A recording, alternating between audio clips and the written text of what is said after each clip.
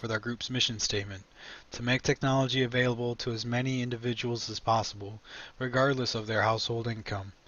This is particularly important to myself, as my daughter will soon be able to attend kindergarten, and she will be taking notes herself before I know it.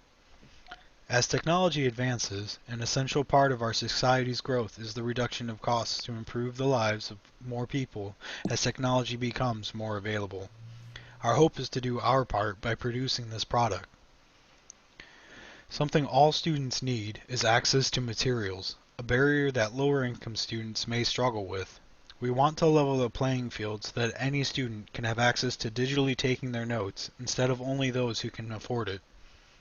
Our focus is something that schools can buy in bulk for their students and be able to trust that their students won't be distracted any more than they would by a paper notebook, as we won't be able to connect to the internet. This is mixed in an effort to reduce the stress on trees as students purchase less paper, and to reduce stress on students as they won't need to carry a bunch of notebooks for all their classes. Hi everyone, my name is Joshua, and I'll be discussing about the business strategy of our product, the e-writer.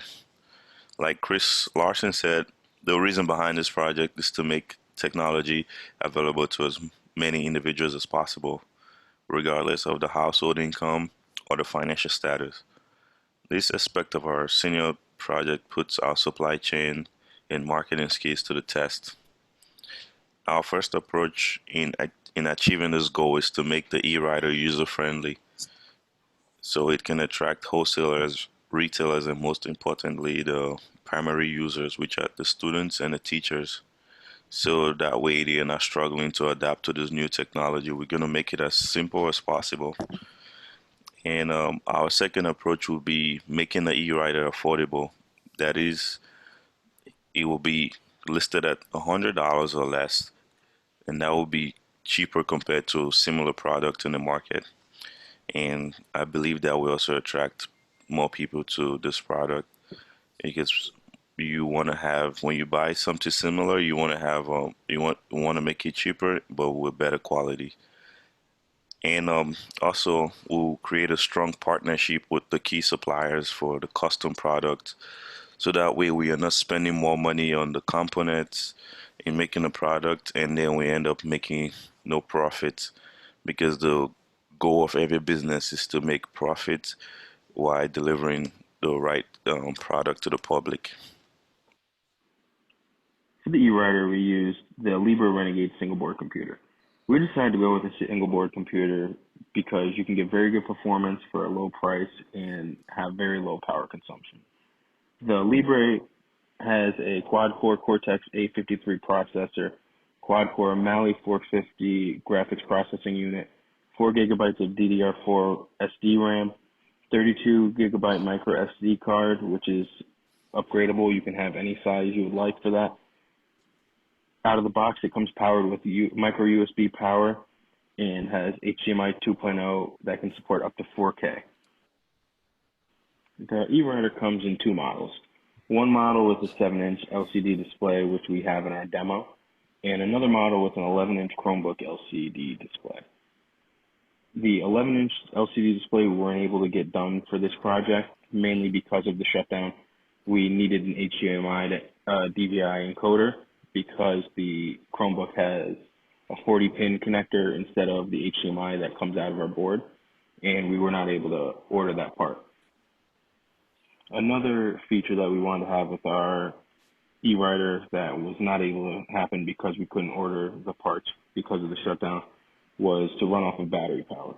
We had a 2.5 amp hour battery that we were going to run the device off of, but because of the shutdown, we weren't able to order the wiring and the charging module to actually connect the battery to the board and the screen. Every e-writer will also ship with a 5mm high sensitivity fiber tip stylus. We wanted to add this in because we don't want to have any extra costs outside of buying our product. If you buy your product for your child or for yourself to take notes, you're getting everything you need to be able to use it in class and not have any problems, and have a stylus that we pick specifically for the device. Lastly, we were going to have a 3D printed housing for the e-writer. We started making the plans for it. We got in contact with Professor Patel, and we were going to use the school's 3D printer. But because of the shutdown, we weren't able to order the filament or be able to follow through with our plans to use the 3D printer. So our software, EasyNotes, is a really simple note-taking app. We coded it basically using Java and some XML to code the GUI parts of the app, and we did all this using Android Studio. The application would run on any Android device that has the system software on Nougat 7.2 or higher.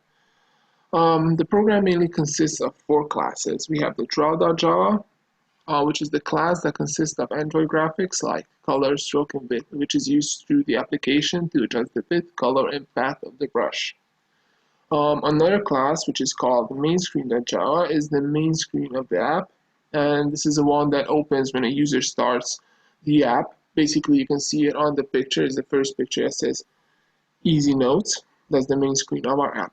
This is a simple main menu consisting of 2 buttons, one to go to the note-taking part of the app, another one to load a previous note or file. The third class, paintView.java, is basically our most important class. This class consists of all important methods and functions within the app. The class enables the user to draw and take his notes or her notes. The methods in this class are undo, redo, clear, and save. The undo method basically undoes the user's previous stroke. The redo method redos a stroke if a user previously used the undo function, and the clear basically clears the whole paper. The save method enables the user to save what has been drawn as a .jpg file as on his memory and appears in the user's gallery. And finally, the for-class main activity.java acts as a driver to the whole program.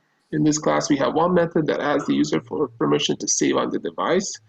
This method gets called only the first time the user tries to save. In this class, we have a menu with a menu inflator where all the methods from PaintView Java that get called.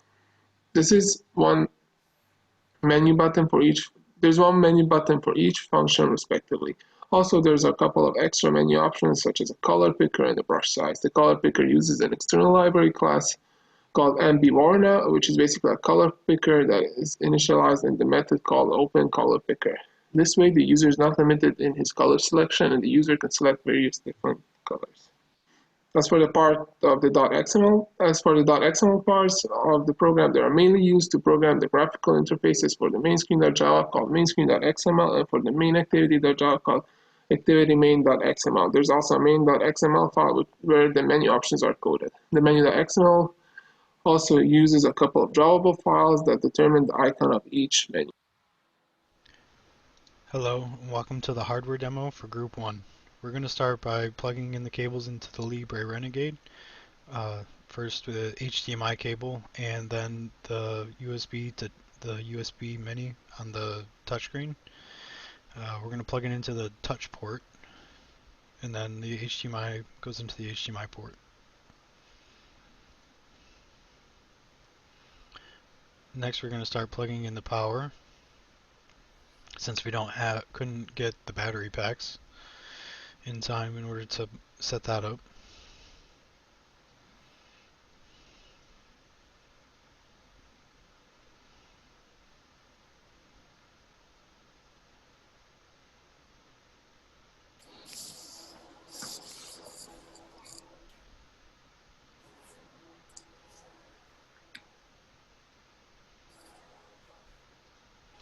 And then we're going to wait for the Android system to boot up. And I'm going through and checking the cables as I wait.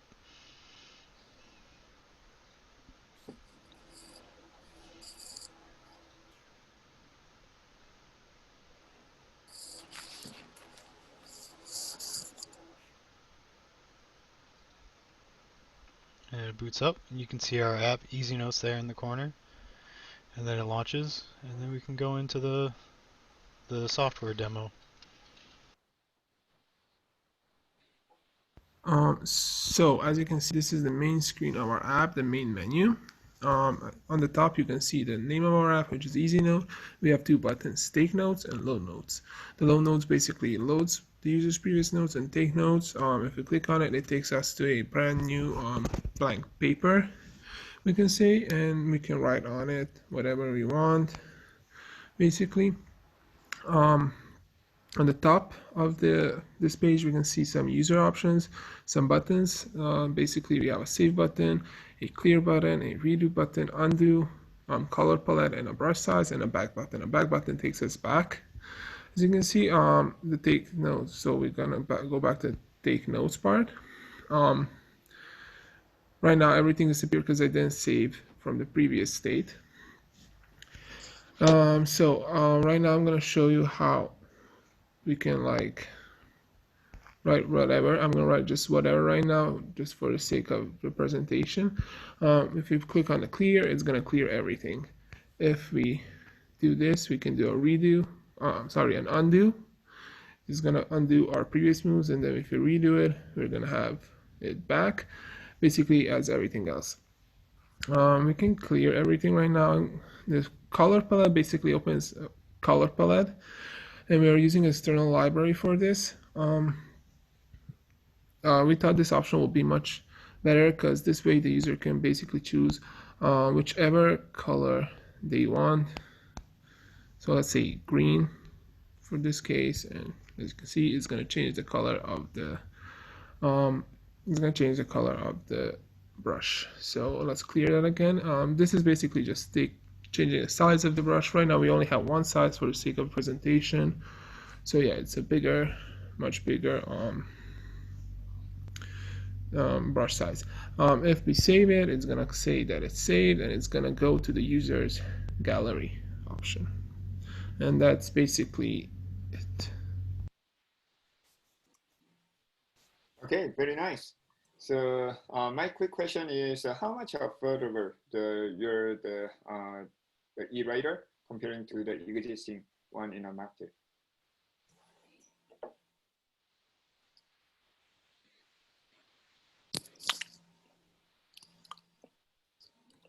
We actually have in ours for at least $100 compared to buying a Apple iPad that is like $1,000, because ours is just taking notes. It doesn't do other function like use the internet yet. So that's why ours is a little bit cheaper. So please mention your detailed research on the final writing up also. That will be helpful for reader to understand your system. Okay, we'll do that. We have any questions? We have a full cost analysis in our the two models of our product in our write-up. Mm-hmm. So okay. the 7-inch comes out to $97 total, and then the 11-inch comes to $110. Mm-hmm. Okay. Any other questions from audience? And I think Professor Dieter and Ablasha here. So do you have any questions? Yeah, this is Professor Dieter. I think you guys did a nice job, especially under the extra special circumstances that we're all operating under, and would have been more perfect with all the other things that we could have done. But I think given the circumstances, I think you did a very good job finalizing this and making this into a nice working product. So congratulations, guys. Thank you. Thank you. Thank you, Professor. I just wanted to add excellent work, like Professor Dictor was saying. Also, just a quick question: what in your mind is the biggest advantage and slash disadvantage of not being connected to the internet? The biggest advantage for having it not connect to the internet is that students can use it in class. You know, like how professors sometimes have open note quizzes, but they'll say no laptops or tablets or whatever. This is a tablet that you could use in those cases, and your professor would note that since you have this tablet, the e-writer, that you're not able to connect to the internet, and it functions just like a regular paper notebook. Also, I can see the Professor Mia. So do you have any questions? Hi everyone. I also think that you did a great job. Very interesting product. I don't have any specific comment. Great work. Thank you. Thank you. Thank you. Okay, very nice. And move on to group number 2, Jasmine and Dylan and Domenico and Sharma. Are you ready? Yeah. Yes. Okay, so start when you're ready. All right. So actually can't really see the PowerPoint, but Is this like good on everyone's screen? Because Yeah, Dom's screen. Yeah, we can see it. Yeah, we can Okay. see it. Sharp-Witted Yeah, plantation. all right. So I'm just gonna pull it up on my screen, and then Dylan, just tell me when you go to the next slide because I can't see it. All right. Okay. So our product is called the Sharp-Witted-Plantation-Ginie, and the group consists of me, Domenico Mana, Jasmine Aleo, Dylan Anderson, and Shreya Sharma.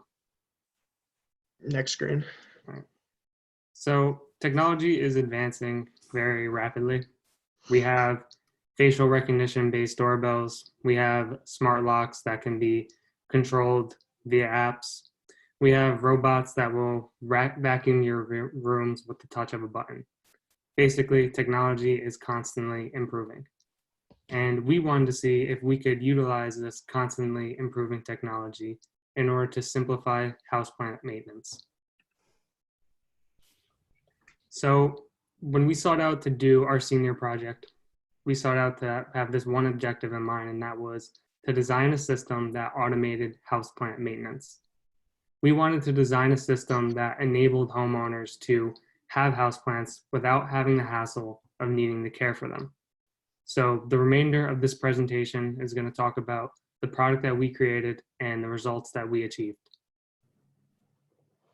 So this is what our device would have looked like if we weren't under quarantine and were able to complete it. It doesn't include the soil there or the plant, but it would have been the pot with a little compartment at the bottom. We'll go into more detail, like all the stuff in this picture later on, but that's just like an idea of what our product would have been. So some of the features of our product just automates the care and watering of houseplants. So you pretty much just fill it with water every once in a while when it tells you to, and it takes care of it by itself. And it can be remotely managed. So you pretty much just set it up, and then any changes that need to be made could be done from a phone or a computer, any internet connected device. So these are the hardware components mentioned before that we use for our product. It was the Arduino power supply, the compatible Wi-Fi board, moisture sensor, the water pump, pressure sensor, silicone tube, and the breadboard and jumper cables. Initially, we also had the 3D water tank, but this was not possible because the school printer that we have doesn't really support this. So we approached Professor Patel about this, and one of the suggestions that he gave us was to do like a pot, just a regular pot, and at the end have a compartment space for the all the hardware part. So the software we use to do the software side of our product, we use .NET Core for our backend. We use specifically their web API framework. For our front end, we use React. For our database, we used MySQL. We have Docker support for when we want to scale up our product, our product for production, so we can just easily create multiple containers. We use GitHub to manage multiple people working on the software at the same time. The Arduino IDE was used for all of our Arduino code, which included our Wi-Fi module. There was lots of code for that. And then Android Studio, we started working on a mobile app after we completed our website and during quarantine, because we couldn't really meet to do the hardware. So this is a video that demos our software that we completed.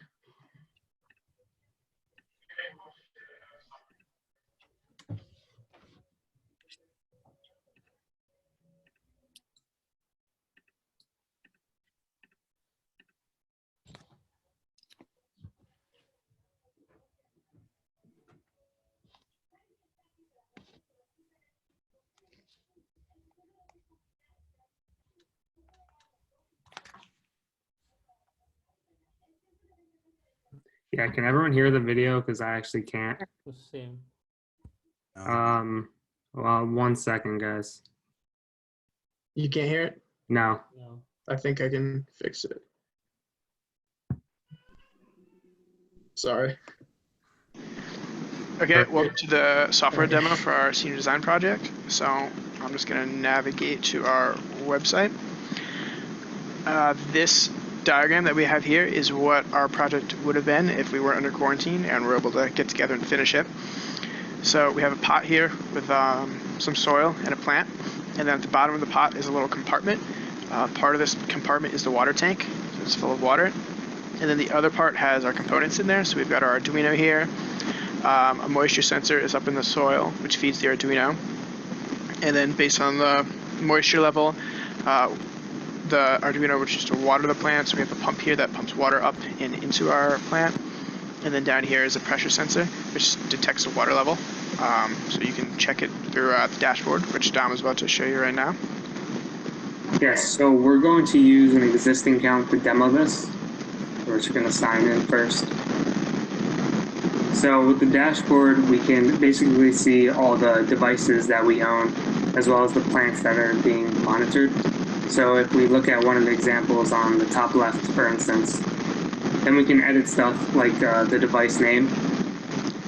And we can also change the plant being monitored. For example, if we wanted to change to a snake plant, then that will dynamically update. The tank level right now, it's rating 10 out of 10 ounces. And ideally that value should have been dynamic, and it should have been based off of whatever the Arduino was sending to our backend, but we were not able to get that implemented simply because we were not able to meet. And now Dylan is going to walk us through the process of creating a new account as well as purchasing and registering a device. Yep, so I'm just gonna test signing into my account, which we've deleted just for testing purposes, so I don't have an account right now. So if I go to buy a device here, the only one we have available right now is a small, and I enter an email. I'm just using this random one, and I hit purchase. A little message will pop up with purchase confirmation. Your purchase has been successful. Please check your email, and then that'll explain how you can register your device. So if we hit continue and then go and check our email here, you see that this has shown up. There's a timestamp on here too, so this wasn't here already before. And it tells us that your device ID is 31. So if you haven't done so, create an account, and then you can add the device in your dashboard. So we can go here to sign up, and I'll just use my username from before, and then enter my email and create an account. It automatically logged me in, so I can go to my dashboard, and you can see I don't have any devices registered yet. So if I register the device with the ID of 31, I can give it a name. And then we can choose the type of plant that we support. Right now we only support 5 plants, and then we have a default one. So I'll just choose spider plant and submit. And then here we go. The plant has shown up. So once you've gotten your device shipped, it should automatically connect to right here, because it has the ID built into it. So that's pretty much it.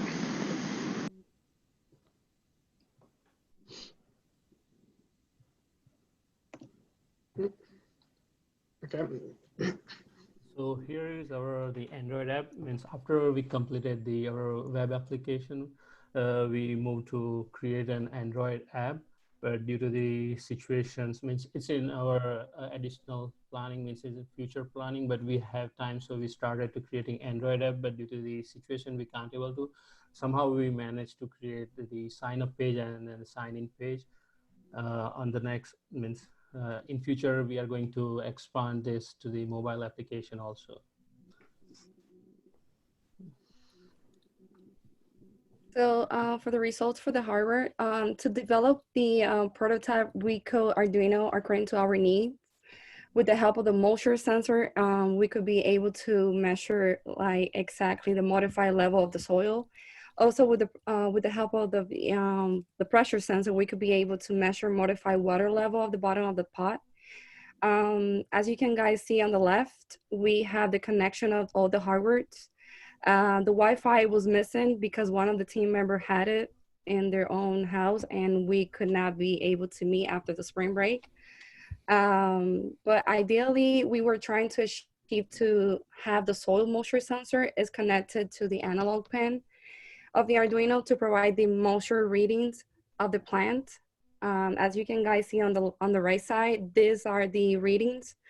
It's like a simulation. It's just a test. When we were trying to test it, obviously, if we would have this all assembled, but due to the circumstances that we're going on right now, we could have be able to meet together.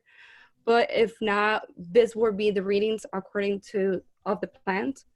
And the Arduino is programmed to perform an action based on the readings.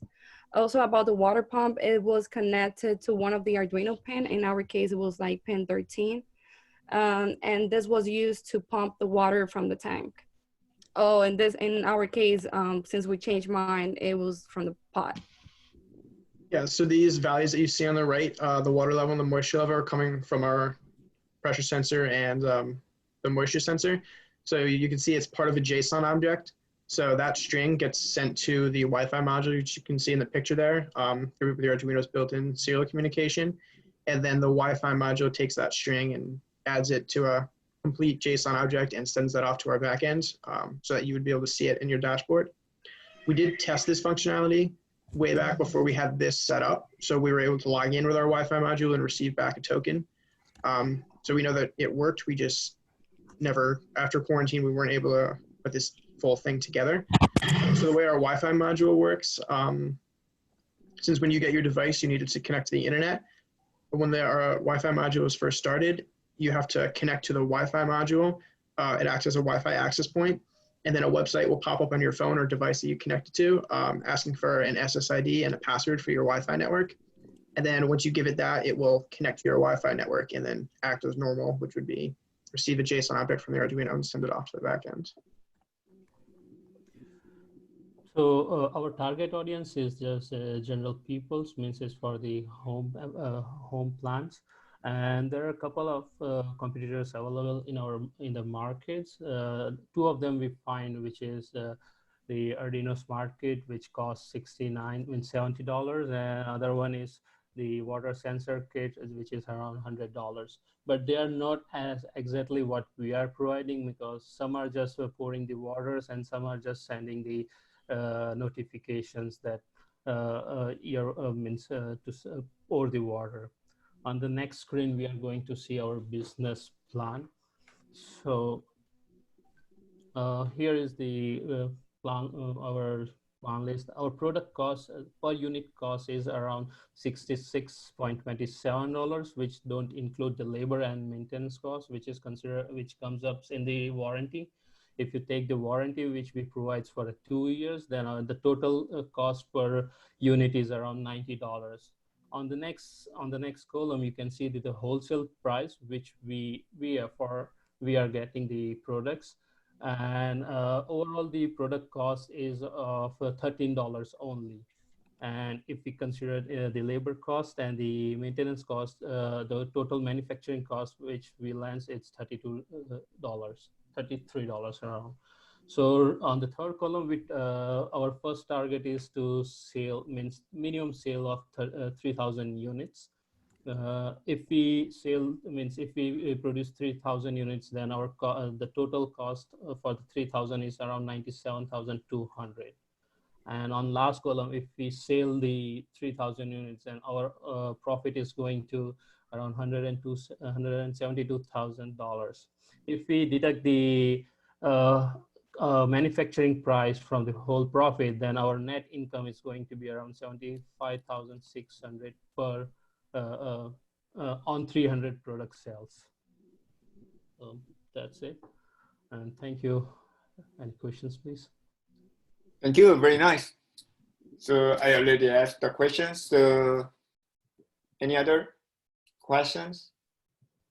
Go ahead, Abhilasha.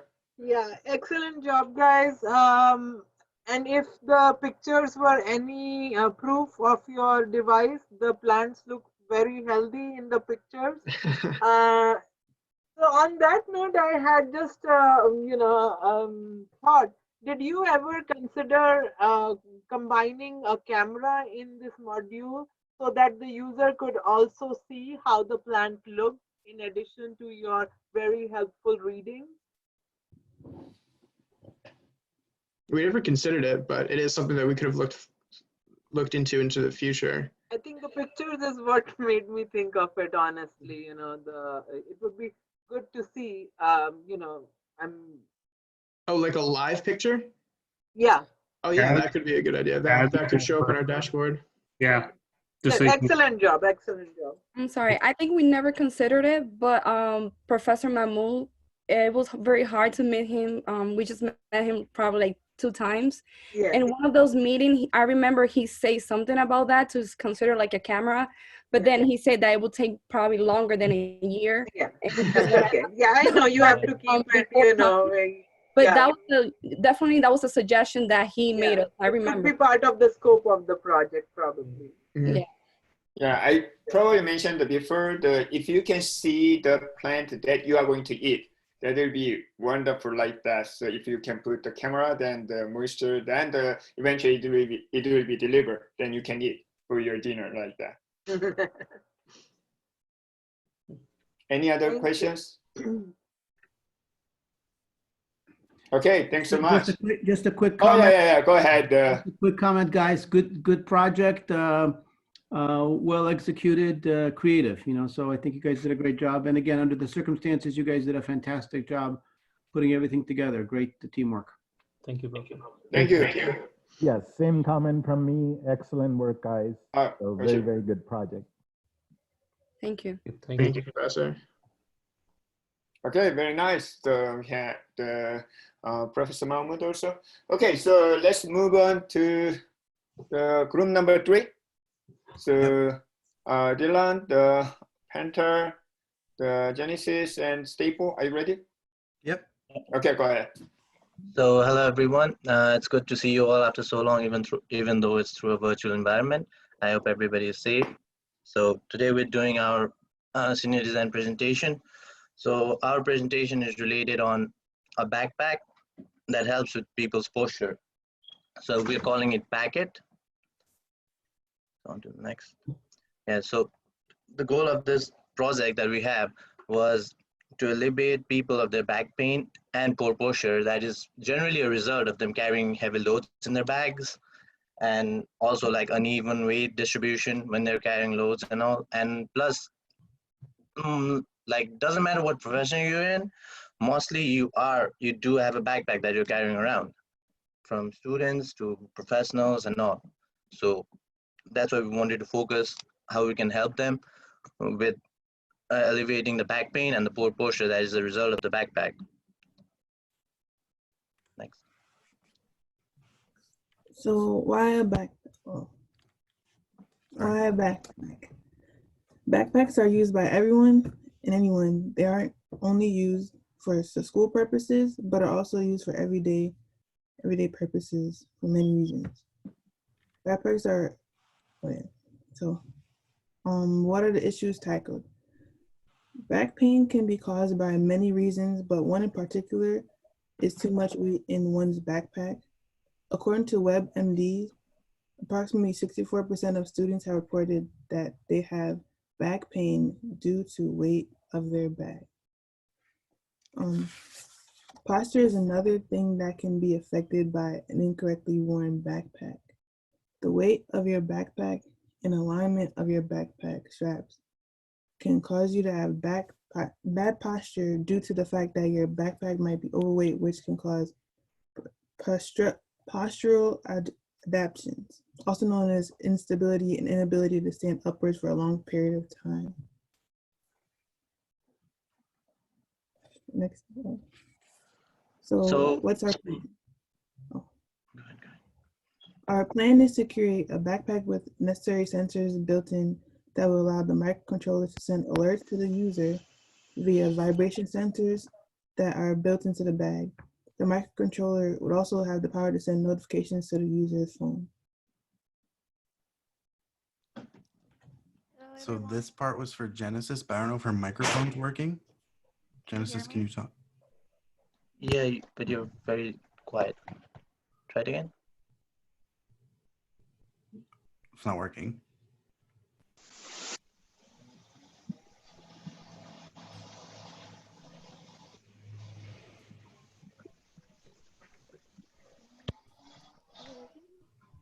No. Okay, so I'll just do it. So we're going to use the Arduino Mega. It has enough pin slots for all the inputs that we needed to add, including the RGB light, the force sensors, vibration motors, and then the Bluetooth module.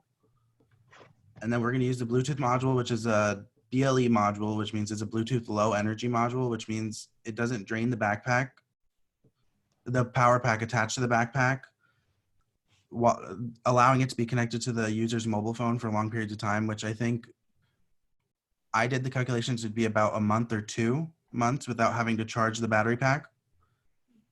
And then the force sensitive resistor was the most accurate way we could find to record pressure at a cheap cost. And then we were going to use the vibration motor as a notifier for the user when the straps aren't detecting equal pressure on both sides, which you'll see later on in the demo. And then the RGB LED was only used as demo purpose for you guys, so you can see that the product's actually working. We don't think we're going to implement it into the final product. So software integration, we used Blink. It's a free iOS and Android app with pre-made drag and drop widgets that helped us construct the framework so we could send notifications to the user's phone, which we'll go over later. Okay, and then the connection. So each force sensitive resistor was connected to a 100K resistor in an Arduino pin, which gave it enough power to power the resistor. And then the RGB LED, each light had its own pin, which was connected to Arduino in different locations. And then those each were powered by 220 ohm resistors. And then for the Bluetooth module, we couldn't really get an image of the module, so we just drew something. The receiver module on the Bluetooth module was connected to the transmitting module, the transmitting pin on the Arduino, and then also vice versa. So the transmitting pin on the module was connected to the receiving pin on the Arduino. And then the ground and the VCC were connected to the Arduino pins. So we implemented it in a way that it wouldn't be too noticeable for the user. So we put 3 sensors in the back to recognize posture in the user.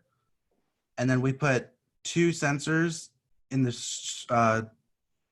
straps. We were originally going to use longer sensors, but they broke. So we had to use these sensors, which ended up being better anyways, because these gave us more accurate readings. After attaching the sensor, we covered them with a fabric so they wouldn't be noticeable and they'd be safe for the user. Okay, so this is a demo of the product. We had to use a mannequin because in order to use a human subject, we'd have to get approval. So we just used a mannequin, but we modified the project in a way that a mannequin acts as a human person based on pressure and weight. So here's the video. So this is just showing the idle state. It's gonna show that the LED stays green when nothing's in the bag, and that later on, if you were to add more weight into the bag, it would turn red when you reach that weight limit. And then it's gonna show the next part that Genesis was supposed to explain, but. Oh, this is Devon. So here you're putting 10-pound weight into the bag, and it shows that even with 10 pounds, it should be okay because it hasn't hit the weight limit yet. And we decided the weight limit based on 10 to 15% of the user's body weight. And then here's the vibration. So the vibration basically tells us that the straps are unbalanced. I don't know if you guys will be able to hear it. Oh yeah, you can. Do you guys hear that?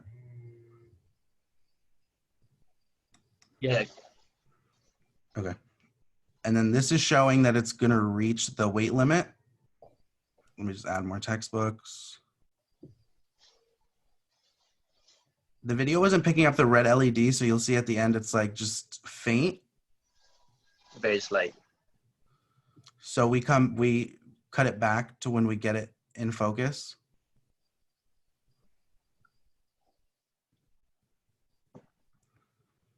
One second, guys. Video takes a little.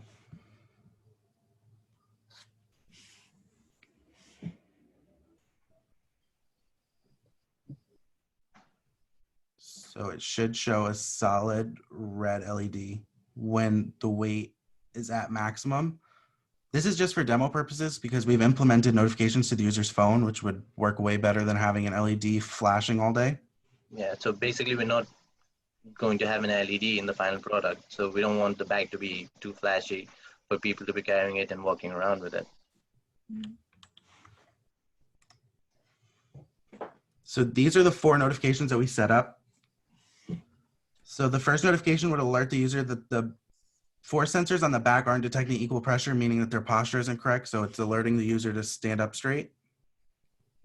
The second notification is showing that the straps detects an equal balance of pressure, so that the weight isn't being equally distributed. The third notification is that it's telling us that the pressure is going to its limit and it's about to reach it. And finally, like we have another notification that tells the user that they're approaching the weight limit of the bag, like 10 to 15% of the body weight. So they're about to reach that and they need to remove some items which they don't need from the bag in order to maintain their posture properly so that not to harm them in the long run. So our business plan is that we want to make this product like easily accessible to people by not putting it as such a high price range as premium backpacks, but like even with all the features, making it accessible in the general market, since like mostly students will be the ones using these backpacks, even though there'll be a broader market out there. So we want to basically put the product out on Kickstarter so we can collect like support for the project and fund it out to keep going forward. And after like we're done with that, we're looking to like put it up on Amazon and other marketing softwares so that we'll be able to sell it among the general people and it'll be easily accessible for them to buy. They don't have to go through different procedures or anything. So what will be one of the things that we will change in the future? It will be like the low cell sensors.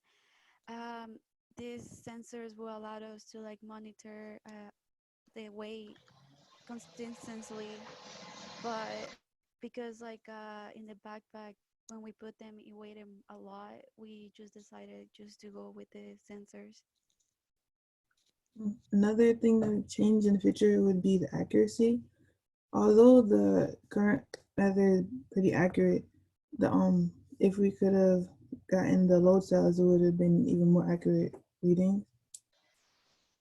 So because of the whole shutdown and everything, we weren't able to use the 3D printer. So that made it way harder for us to try to implement the load sensors because we originally had load sensor brackets and like a box for the load sensors to lay on as a scale, but we didn't have time to get them printed. So I tried to do it at home, but I couldn't get it to work. So that's why we ended up using more force sensors than including the load sensors.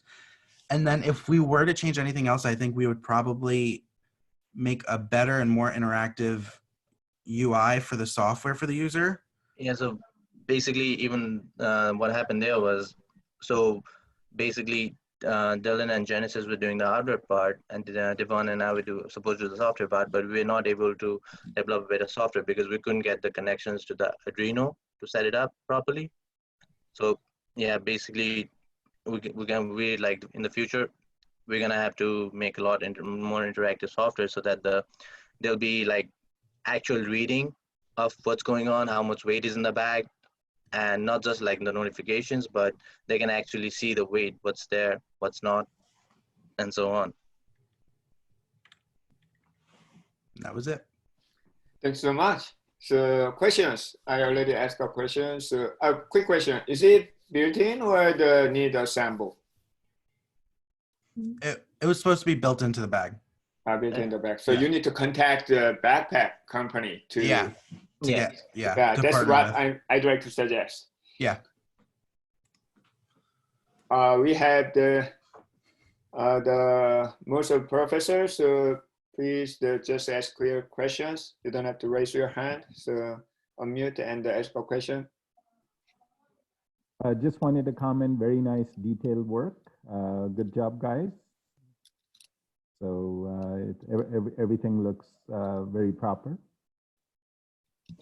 Thank you, Thank you, Professor. Professor. I also wanted to make the same comment. The students were in touch with me and they did a great work, I think, despite all these circumstances and the situation we had for the shutdown. So great work. I appreciate it. Thank you, Professor. Thank you.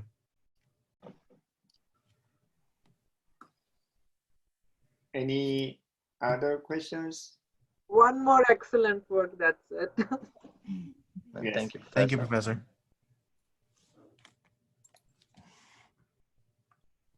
Okay, so if no further question, let's move on.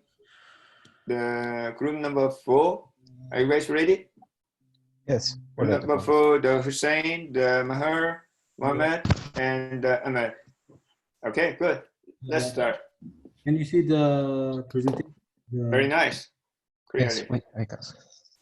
Okay. So this is the group number 4. This is me, Maher Isa, my colleagues Madani, Muhammad Madani, and Hussein Al Ibrahim and Imad Saloom. We're group number 4. Our project is face recognition and RFID system two-factor authorization, led by Professor Asif Mahmoud. And we're here for the history. So, my name is Muhammad Madani. I'm going to explain the history. Usually the attendance is marked manually by the teacher. And we all know this process, it's annoying and take a long time for teacher and employees in institution or organization. So we think, why not switch it to an automatic present system that work based in face recognition, whatever it's a classroom or a company or industry, or it will mean the present for a student, teacher, employees, etc. Next, please. So our budget, our target is make this project for big range of people who can buy it, and company and institution. So we try to decrease the budget as much we can. So as we can see, the total is 123, which is acceptable for most of the people, not very expensive. Next, please. For the software used, we use the Raspberry software for Raspberry Pi 3 and the Python and MySQL database. And the hardware, we used the Raspberry Pi 3B, the RC522 RFID model, and the breadboard and the jumper wires and the Raspberry camera. You're gonna see all this in the demo, all this combination. And this is how it showed the connection for the Raspberry Pi 3B bin block diagram. We are using Raspberry Pi 3B. It's kind of the latest version. It comes with the Wi-Fi and Bluetooth. It's different than the older versions that comes with the Wi-Fi diagonal. We have to connect it with the USB. And there are a couple of ways to interact the Raspberry Pi. One of them by HDMI to the BGA or by the source shell. Next. This is how the RFID is gonna capture the tag. Basically, we have to take the tag above the readers, and it's gonna capture the person information and it will send it to the database. Next. Our significance for our project is we want it to be effective and automated and economically and keep extra time.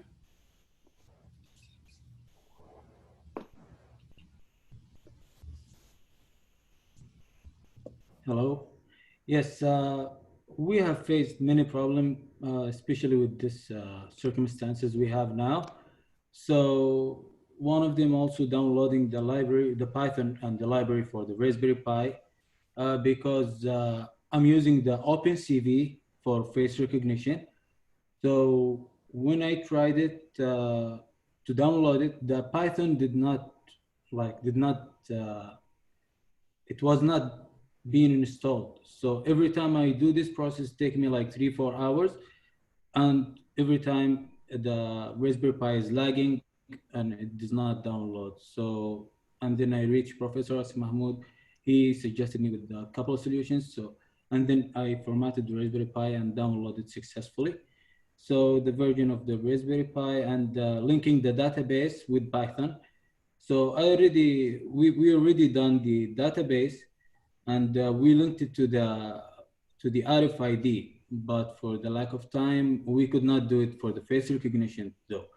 So, and I will show you the demo in here. This is the hardware. So this is a video for the RFID. This is the flop. So once I run the code, this is to save a user. So once I hit it, it says overwrite, but I'm not gonna do it because I don't wanna miss the database. However, this is if I overwrite it, it's gonna create it in here, and the user. Here. These are the users I created. So now, how would I check attendance? I would go up and open the terminal. So this attendance system check underscore attendance.py, that is for the attendance. It's an infinite loop of attendance. As you can see here, I registered all my friends in here.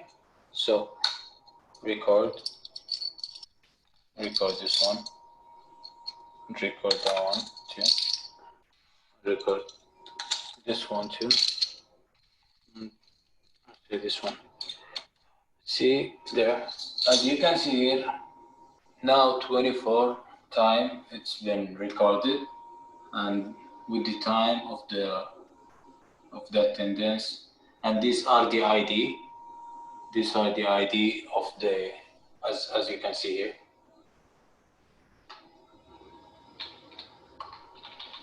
If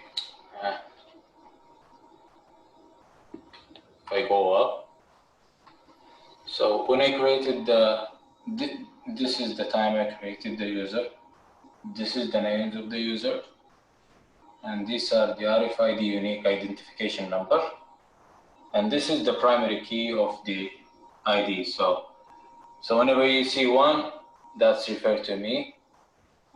So if I go down here and see, select from attendance. Now I just record this 5 times. This is me. This is Madani. This is Imad Saloom. This is Hussein. And this is another. Yes, hello. So I don't know why it stopped, but that's I just registered with the name of my brother. So, and then I tried the face recognition also. So now we are going to run the code. Once I run it, turn off the camera. So this is the face recognition that I trained. We trained with the face trainer.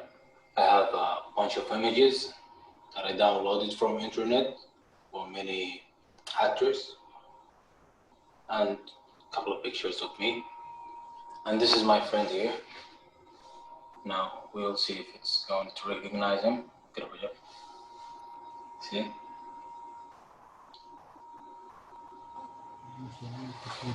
No, but once I put my picture,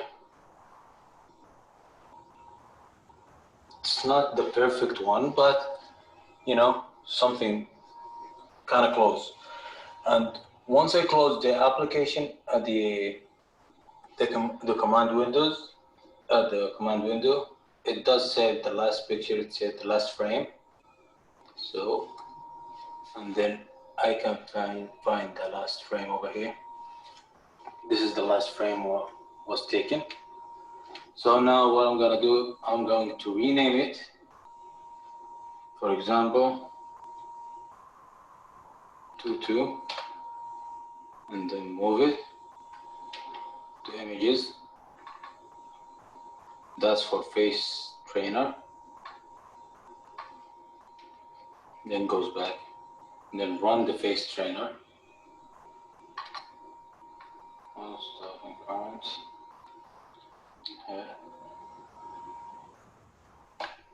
Face trainer.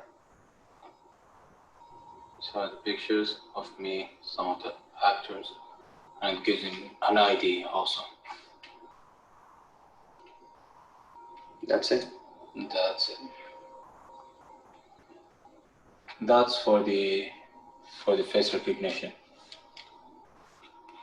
And now now we are going to run the.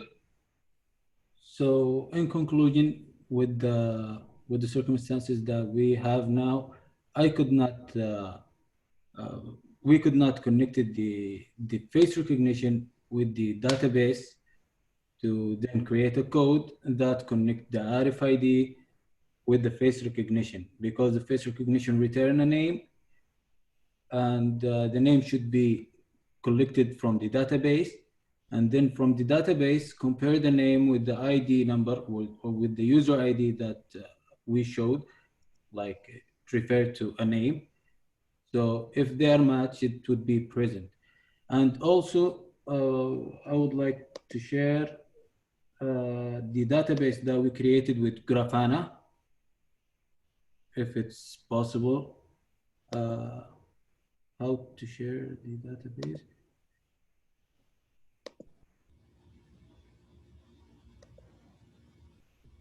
Yeah, can you see? No? Okay. Open it. Open the Zoom.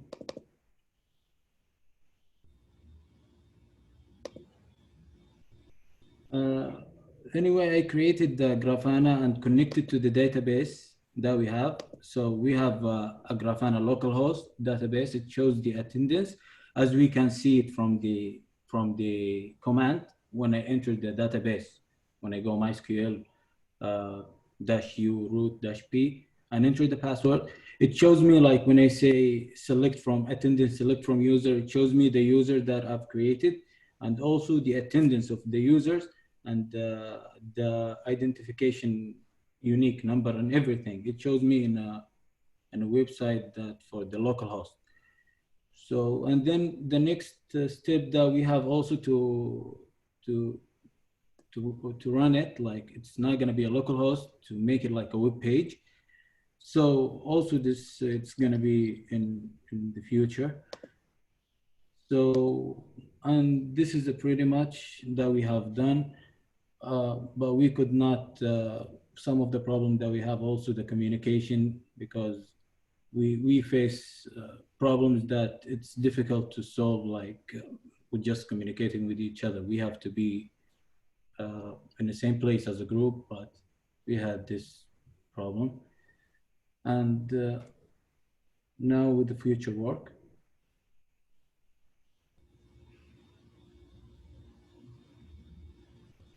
okay, the future work, we are aiming to make it easy to use, like when you connect the database and the RFID with the face recognition together, it's going to be easier to use. But for now, we could not connect this.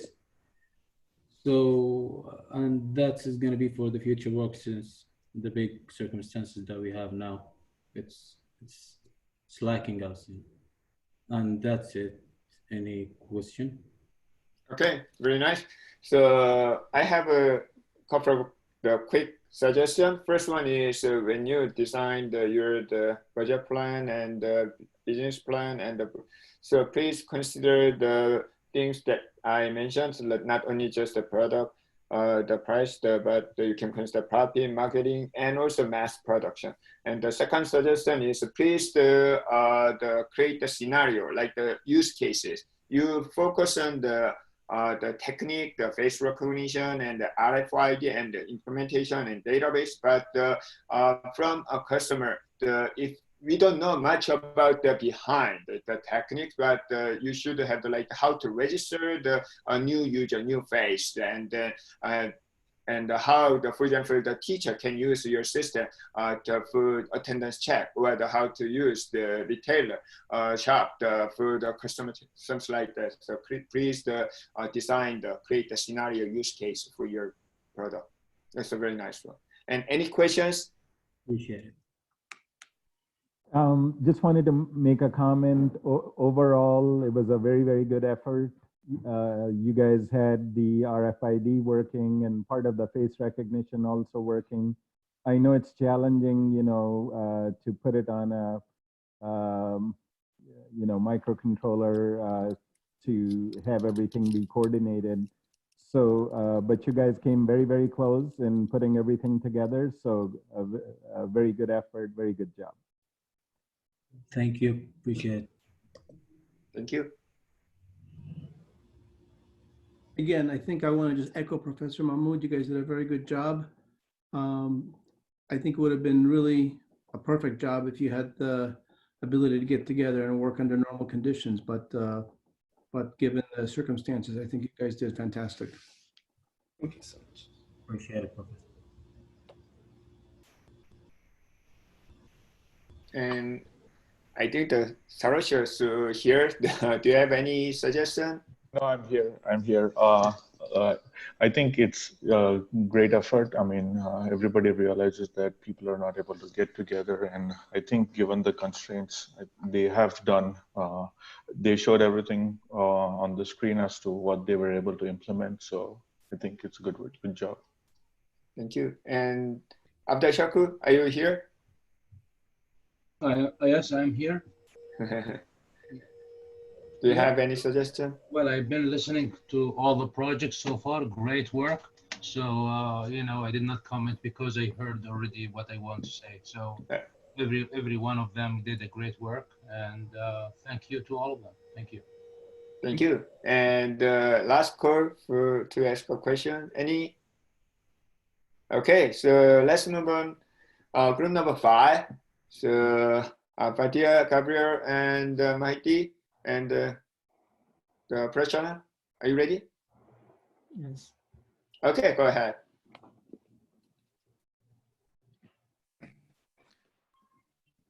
We can see your screen. Yes, Mahdi, can you, yeah. All right, hello. We're group 5, and this is our presentation on the PharmaGather system. It's me, Prashana, and my group mates, Fatia, Gabriel, and Mahdi, and our advisor is Professor Miad. Okay, so the problem we were facing is that there's a lot of people having to wait in lines to get all their medicine and stuff, and sometimes they don't have time to pick it up, and sometimes when they arrive at the store, it's already closed, so they can't pick it up. And for people who have like critical conditions, it's very important for them to get access to their medicines. So our solution for this problem was we have a web app that connects to a database and sends notifications via text message to customers when their system, like their medicine, is ready for pickup. All right, next screen, please. Okay, so how it all works is when the pharmacy receives a prescription from the hospital, the pharmacy worker opens the dashboard on their web app and then gets the patient's details. Once the details are ready, he prints it out and puts the label on the bag and then scans it with his the scanner, the barcode scanner. And then after that's done, he loads it to the machine. And once it's loaded, the customer gets a SMS verification saying that their order is ready for pickup with a secret code and a password that they can use to open up the get their medicine. So we're gonna show you guys a quick demo on how everything works, and then Fatia is gonna talk about our workflow and methodology. Hello everyone, this is our demonstration for the senior design class 2020 in the University of Bridgeport. Our group is called PharmaGather, and we're going to show you our dashboard and how it connects to the hardware. This is our dashboard. This is the link that we can have access to. And the idea is that as soon as the doctor issues a prescription, we'll show here as received prescription, all the information of the patient as well as the medicine. So if we click here, we're able to see all the information, name, phone, address, as well as the barcode. This is very important. This button print, as soon as we press it, we're able to print it. And then the pharmacy worker will be able to plug it with the bag for the medicine and select the medicines, as well as load it to our hardware system. So right now, Mad is going to load the medication for Gabriel. He's doing it right now. As soon as he loads, the name Gabriel is supposed to switch from received to loaded.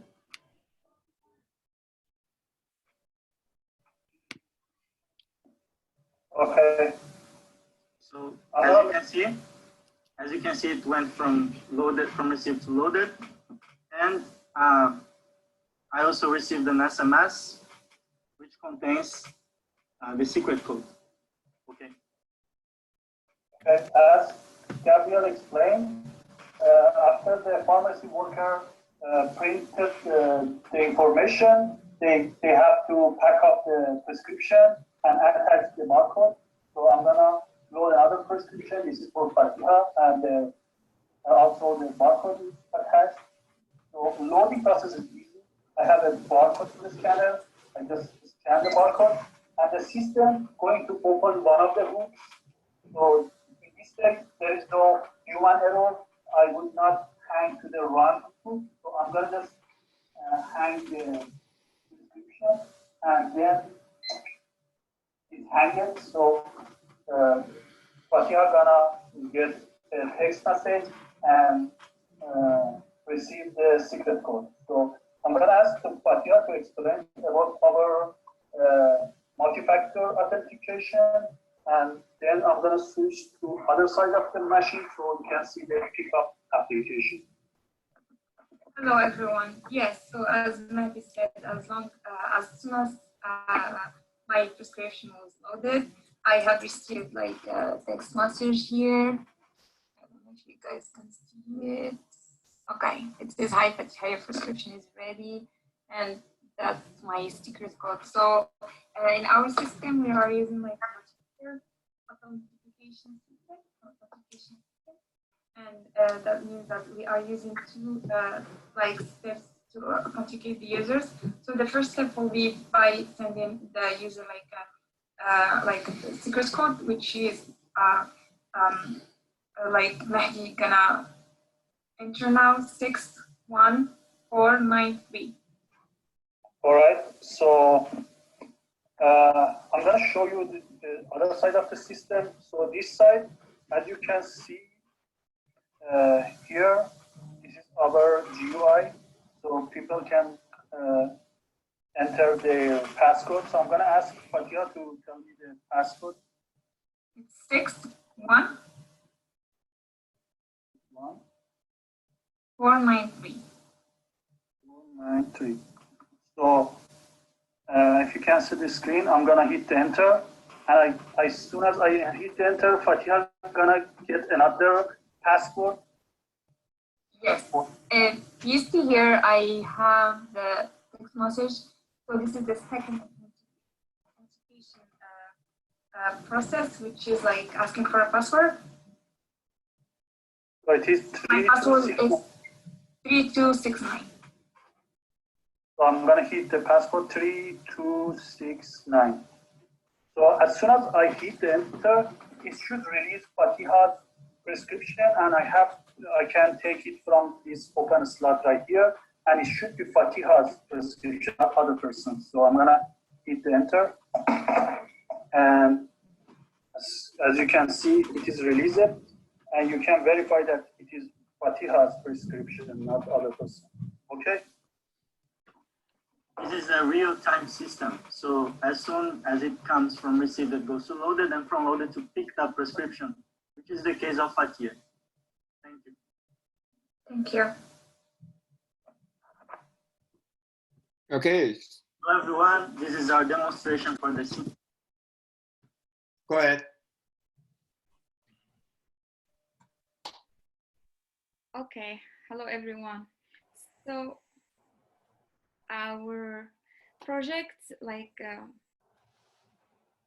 since the start of the project to from design to production, we have been following the agile methodology, and we have we started working on the project as soon as we received the parts and the hardware.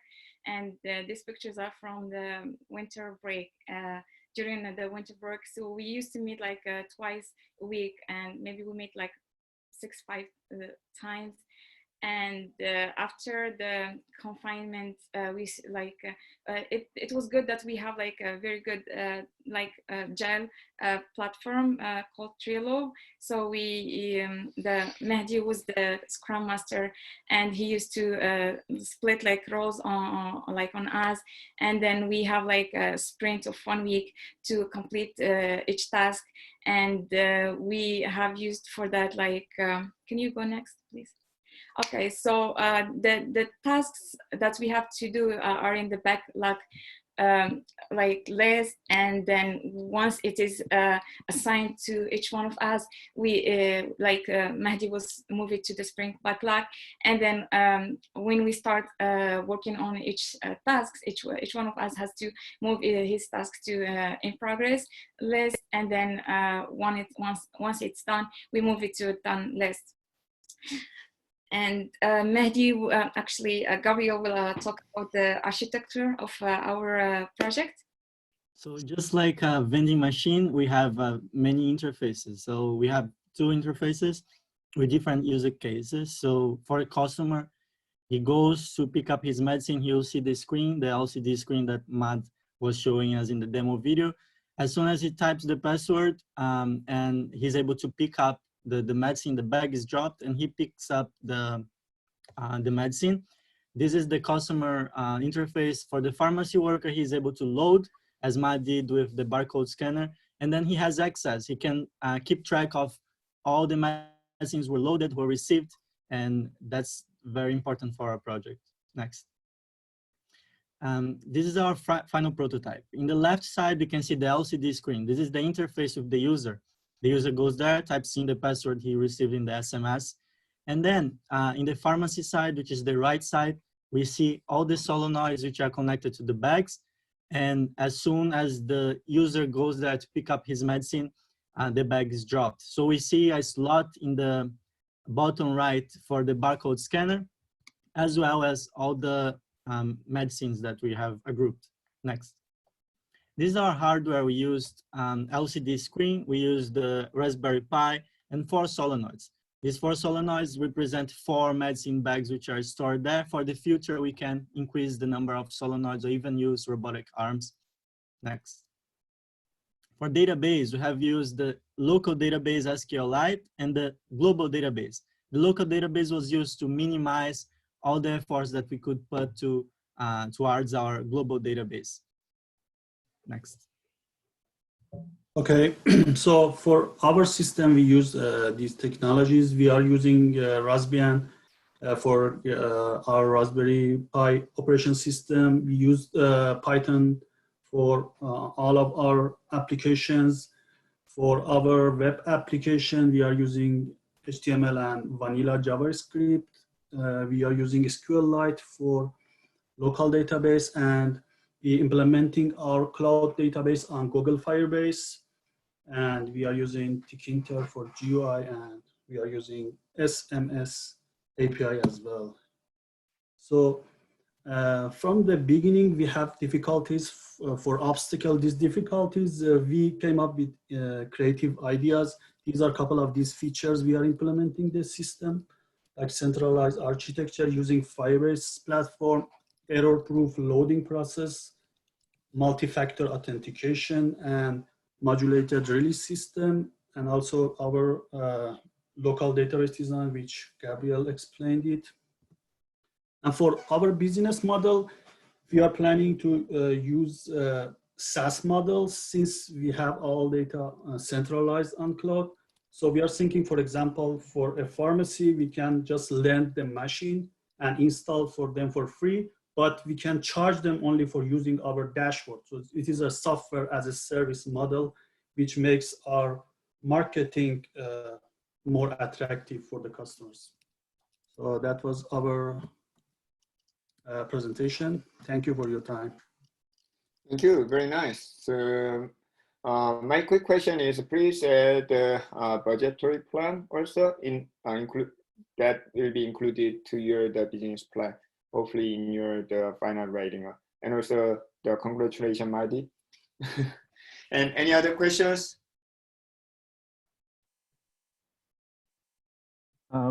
Just a comment again. I think this year seems like the best set of projects I've ever seen. So congratulations to all of you.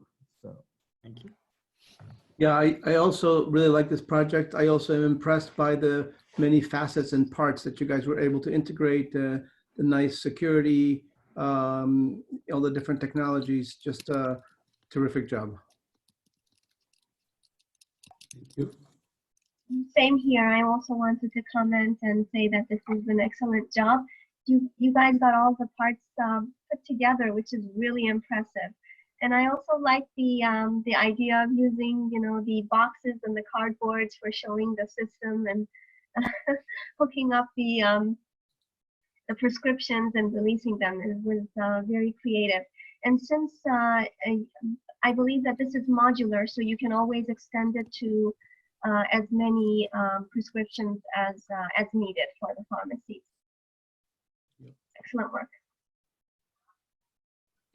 I believe everything has been said. I just wanted to add that it is in line with the times. It probably helps with social distancing. So I think, yeah, that is all, but excellent through and through. Thank you. Thank you. For any other comments? Last call. Okay, thanks so much. It's very nice. The next, group number 6. Are you guys here? Abdullah Aikadi? Ali Aikadi? Yes, we're here. Yeah, okay. So are you ready? Yes, we are ready. Now we okay, can... please share your screen. Okay.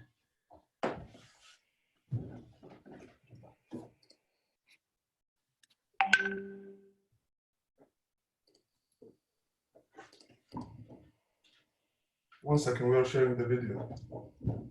Okay, good.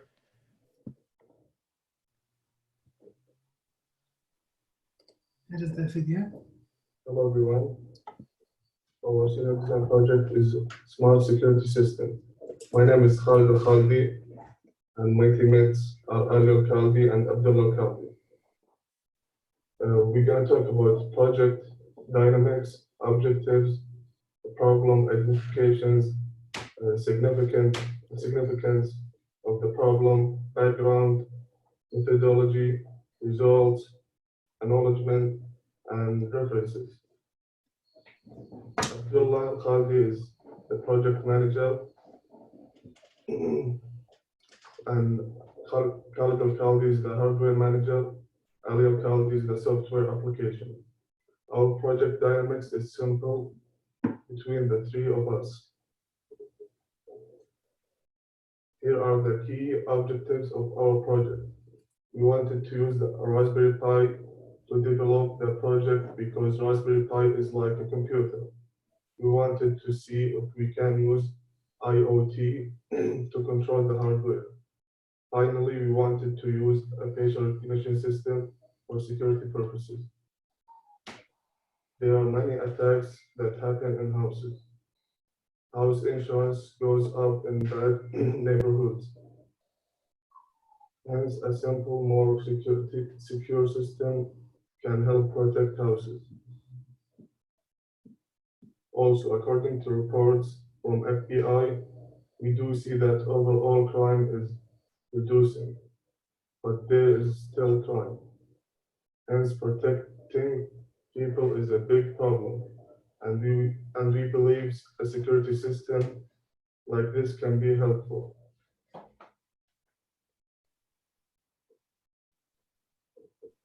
During Senior 1, we did research on some current work on facial recognition.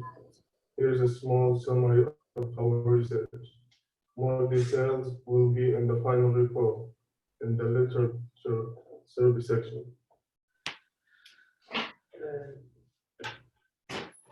Our system design, it's about someone came in front of the camera,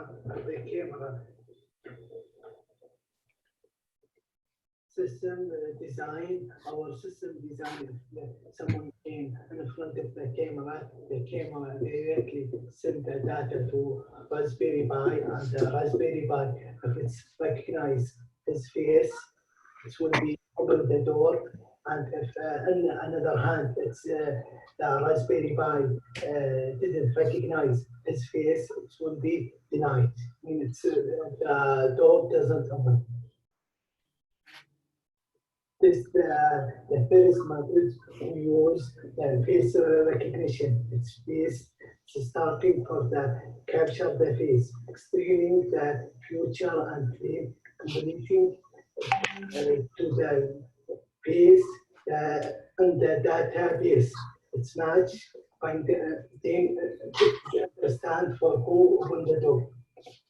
The software divide on it, the software application does the databasing, and the hardware application it's PCB, that's controller, the camera input, and the motor to control the doorbell via Raspberry Pi.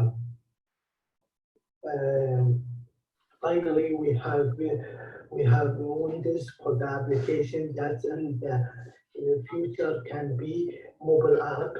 That application interfacing always to use the system and always to control the door manually.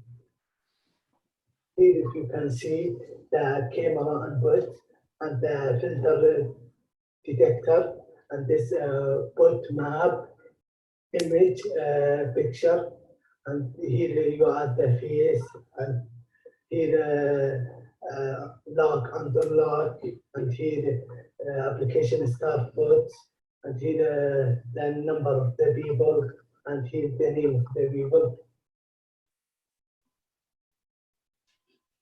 Here is the PCB top diagram for the system. As we can see, the PCB diagram has Raspberry Pi port and symbol motor drive, LCD screen showing the data and the function that happen on the hardware. We did some marketing analysis based marketing research. This will be screen system will grow up by 7 million in 2024. And our market plan, monthly cost 6,200 MRB of the seat per MRB, it's cost 250, and monthly we have to sell 25 units because we have cost 6,200, because we have more things to pay for the rent and office hours and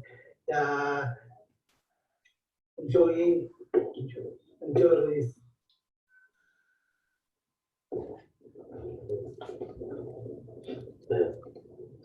We successfully achieved successful created an application to add faces with enable created a APL code to send and receive data via LOT process.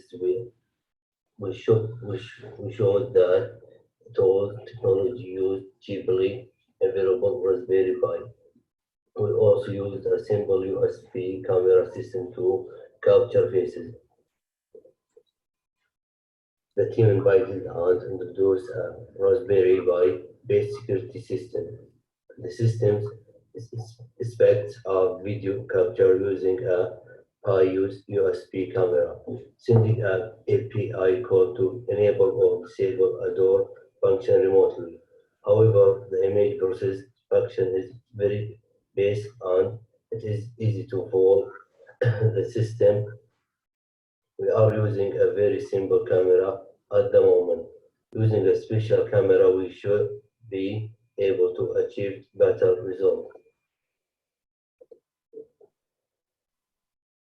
Mail system processes based speed improvement are much needed to process large files for fate motion detection and tracking. The system requires a remote control. Future exploration should therefore focus focus focus more on the same. And now please enjoy our video.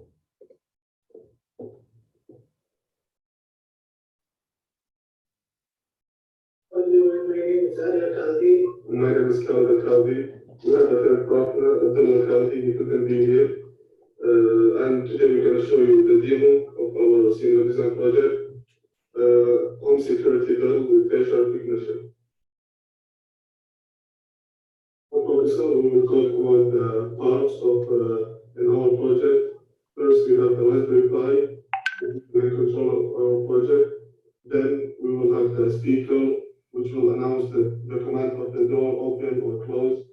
And here we have the motor, which simulates the door, and a doorbell that activates the whole system.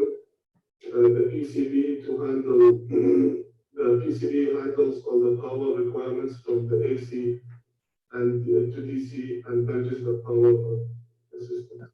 And we have the camera that recognizes the face. Hello, this is the Raspberry Pi connected to the SSK Pi operating system, and this is the code here, and this one is the name API. It's connected to the face recognition.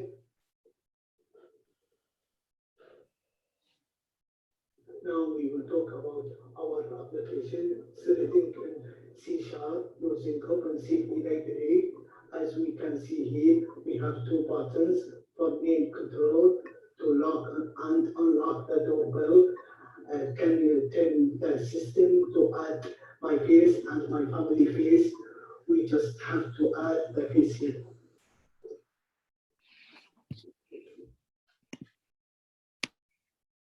Talk about the first part of the demo. Access is not allowed. I will press the button here. Because the face is not in the data base, it will say face denied or access denied.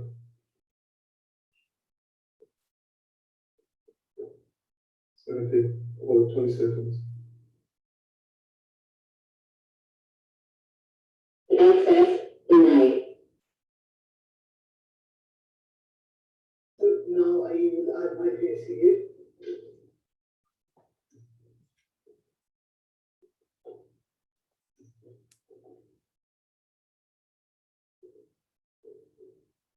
To the database, and its recognition will be, you see here, it will send message to the Raspberry Pi. It's recognized, automatic, it will be open.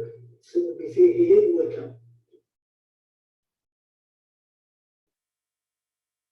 So we take 20 seconds to open it. Welcome.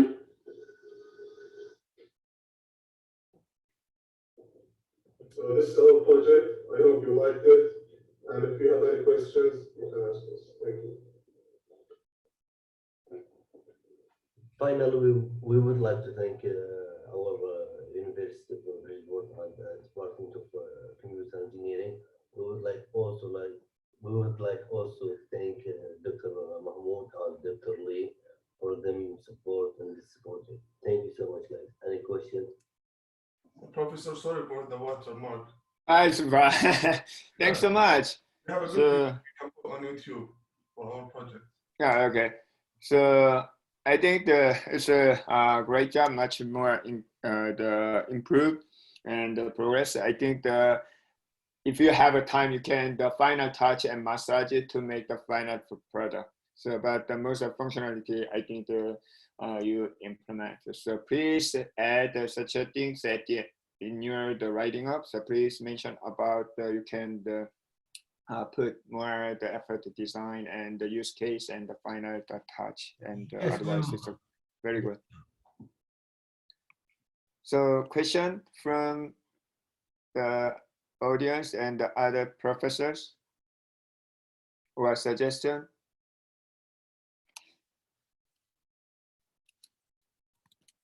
Hello?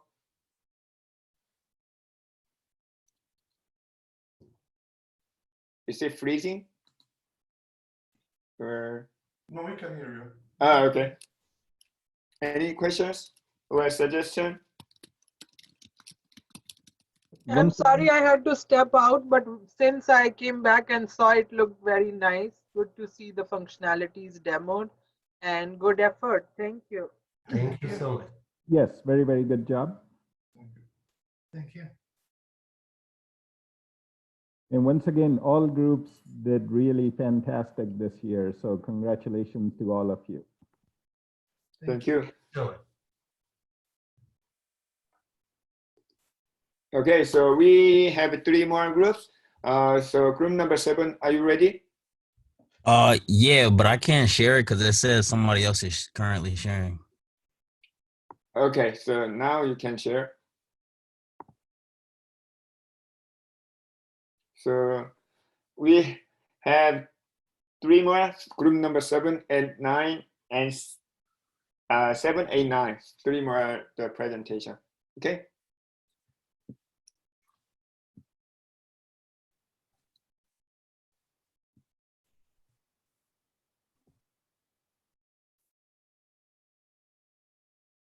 Why don't you slide the show? Yes, go ahead. So our project is a prototype for a smart suitcase that will basically follow the user around wherever he is, or he or she. So we started off thinking that it was just for airport purposes, but then later on we decided that if we were to mass produce it, it wouldn't just be for luggage, it would be for like it could be used in hotels as carts. It could be used in large businesses like Amazon for like large packages that needs to be moved like across the warehouse or something like that.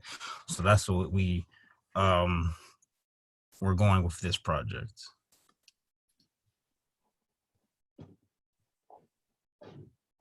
So for this project, basically the concept was to build a suitcase, being able to pursue a specific person through a busy area. Our approach was to aim to basically develop something that could send and receive a signal that would provide a simple and practical means for a suitcase to determine a path and to follow it. In particular, the approach is based on a control system being able to execute the avoidance and the target following behavior. Next.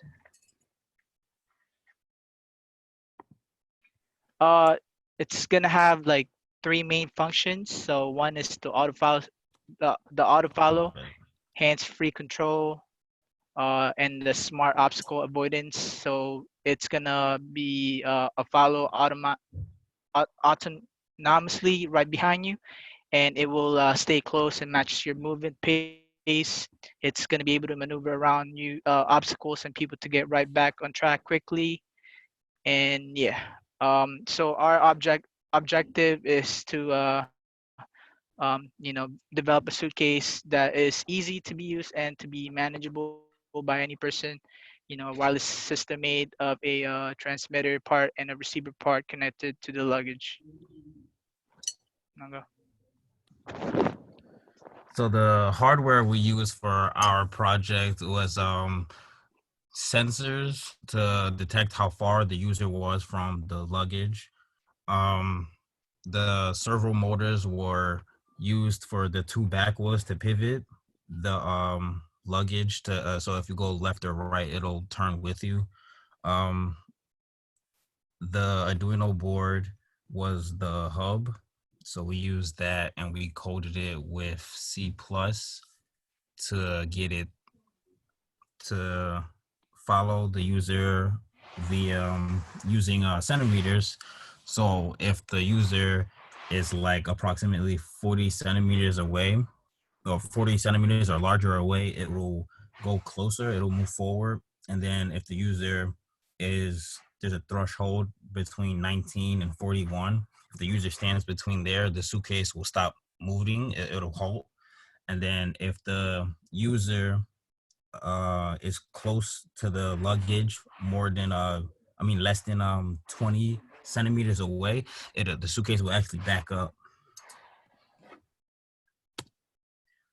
Software is we use their Arduino code, which is C++.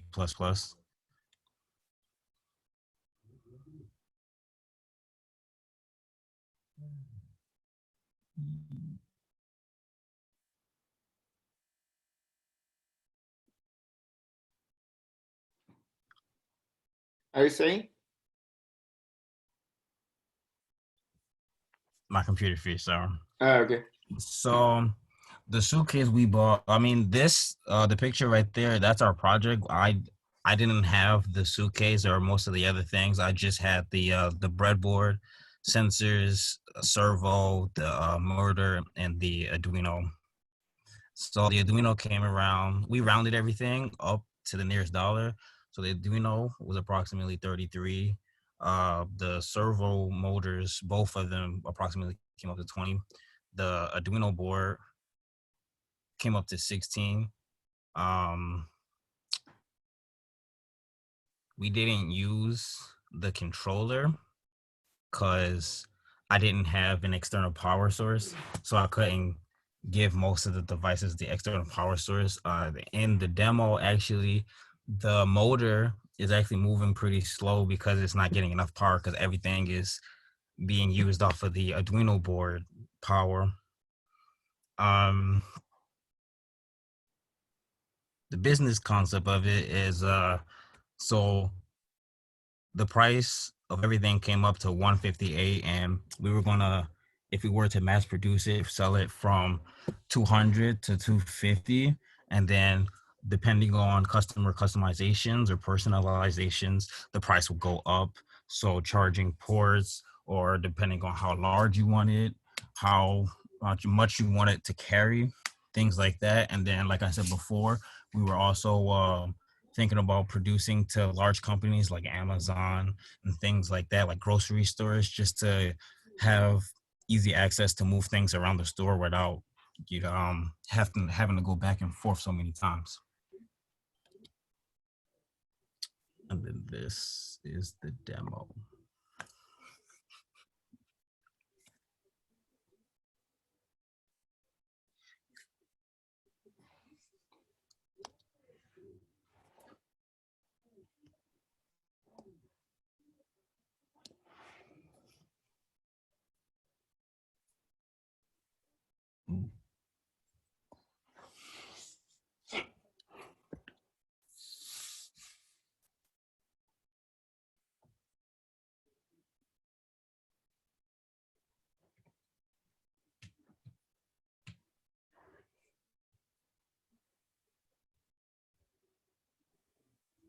This is the wheel turning back and forth. So that's it going forwards. The arrows indicate forward, and then once the user gets closer, it tries to move backwards, and then when the user is 19 to 41 centimeters away, it holds and it just stops.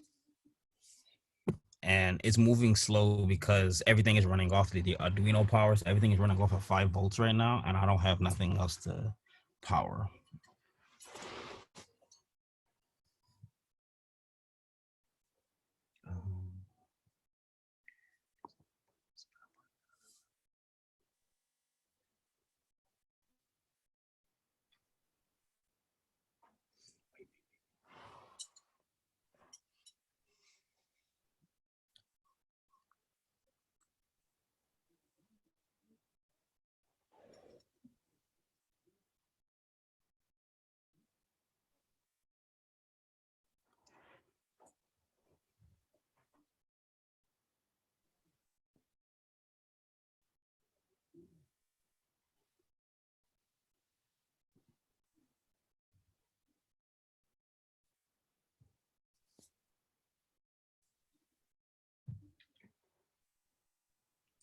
And then this is the output of the code. So when the user is 40 or more centimeters away, it moves forward.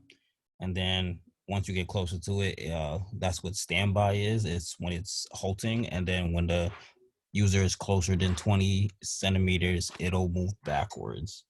And then I also implemented it to move left because I had another sensor, but if I had 3, I could do it, make it go left and right. I didn't put it in the video because it stopped moving from left to right because I didn't have enough power for it because everything was hooked up to the Arduino board and I guess it stopped turning things off. And that, oops. That's it. Okay, much improved. So actually this team, I advised group number 7 and one of the team members dropped the course the beginning of spring and Kelly and Shadow, they are separated. Shadow right now purely. So even the item are separated, split. So they couldn't finish, but it's much improved under such a condition. Good job. So suggestion or comment?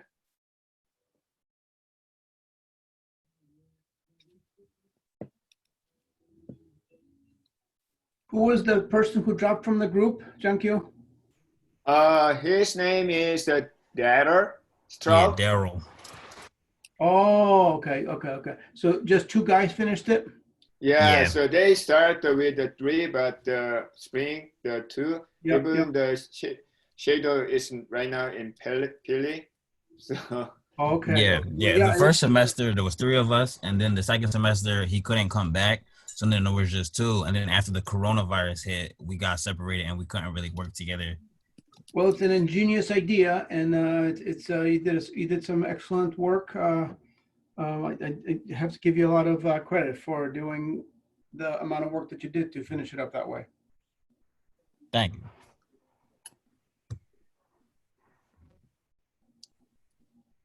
Me too. Just wanted to say the same comment. Great work given the circumstances and just being separated with from all the group members.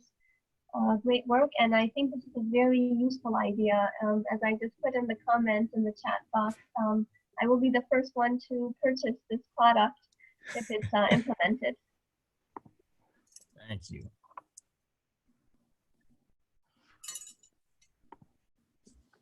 any other comment?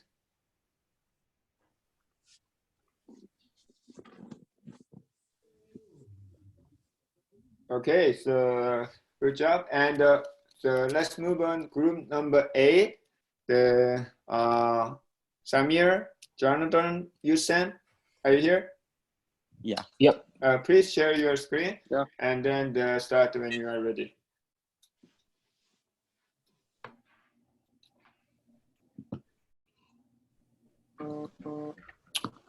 All right, so good afternoon, everyone. We're group number 8, Gestmove, an Arduino-based smart card. My name is Jonathan, along with Yushan and Samir. Okay, so first, let's picture a scenario, right? So you park at your car at your local grocery store, and after done parking, you go in, shop, and then on your way out, you're greeted by this lovely scene. Okay. So firstly, what do we see other than the fact that you know, your terrible parking skills are clearly evident? But we also see that there's two other cars that are, you know, that you've been wedged in between. At this point, you have two options. You can try and squeeze your belly and try to get into that car. And let's hope that this doesn't happen around Thanksgiving. Or you can wait till the owner of the joining cars, either one of them, is done shopping or is at the checkout counter and is on their way out. But we're here to explore the third option that is not yet widely available for us all, and that would be the option of just gesture controlling your car out of the situation. So that's our solution, and I say that it's an option that's not quite yet widely available is because there's high-end cars that offer the solution, a few that we'll go in detail about, but not something that's offered for everyone, for common person, right? So if we start with the competitive analysis and case study, gesture control is mostly only available nowadays on onboard entertainment systems where you can swipe right, left, or attend a call with just by gesturing your hand. But if you go into the high-end automobile vehicles such as Tesla and Range Rover, they've recently just adapted this model of virtual control, where Tesla on the left has a smart summon where you can be outside your vehicle and summon your car, and it will send out your location, your GPS location, and the car would automatically be summoned to wherever you're located, as long as you're within the proximity of the car, close proximity. And Range Rover is still exploring this option of remote controlling the car. But these are very high-end cars and are very expensive.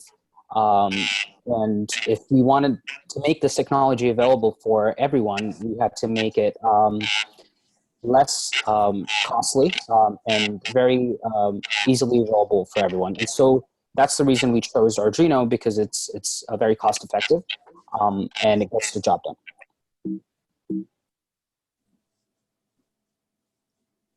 So our project features two modes, which initially we wanted to combine as a single mode, which would have both gesture control and obstacle avoidance. But due to this situation that we are in, we couldn't really get together to combine these features, but we're able to achieve two separate modes, if you want to call them, on our car. So Yushen will take over and explain to us how the gesture control mode works.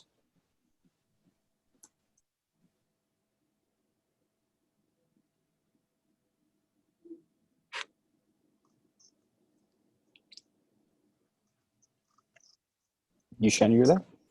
Yeah. So basically, we have two circuits for the gesture control mode, the transmit circuits and the receiver circuits. The transmit circuit can detect the gesture move we made and send the instruction to the receiver circuits. And the receiver circuits receive the instruction and control the car move to the required direction. And here are some pictures of our initial design. And we spent a lot of time soldering these circuits. Can go to next. And these are the final design. I'm not sure why this work.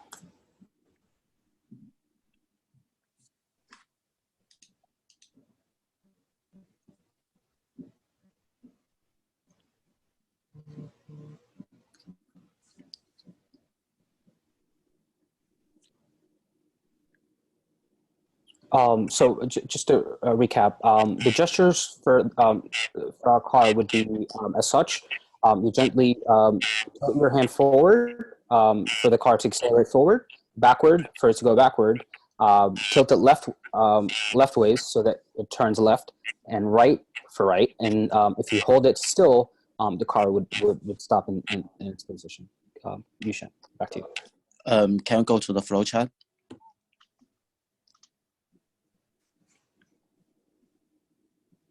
And here is a flowchart, shows how the circuit works.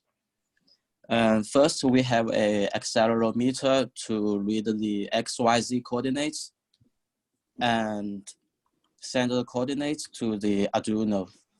And then the Arduino will process this value of coordinates and send a 4-bit code to the HT12E encoder. And the encoder passes the data to the RF transmitter module and send the data to the RF receiver.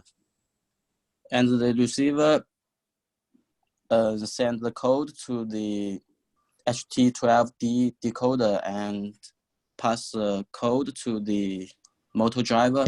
And the motor driver can control the motor to the required direction.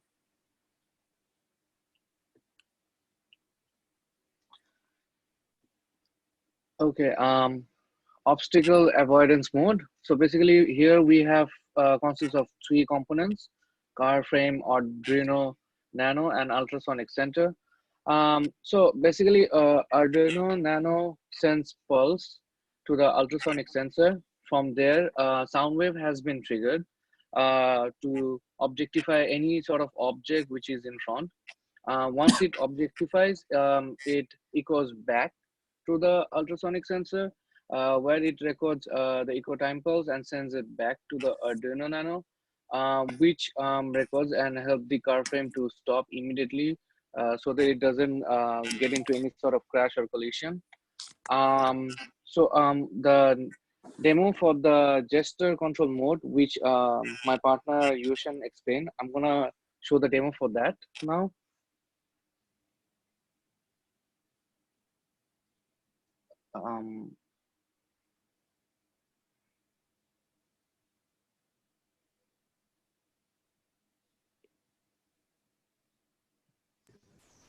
Could you guys hear it? So I cannot see.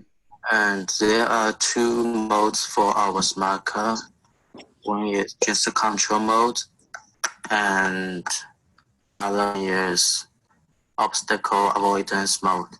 So let's first do the gesture control mode. So this is a transmit circuit we made.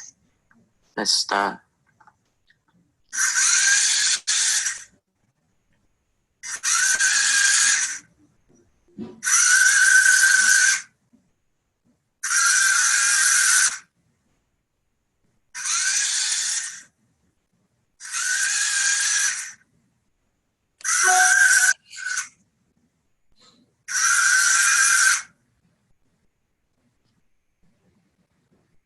Thank you, Yushan.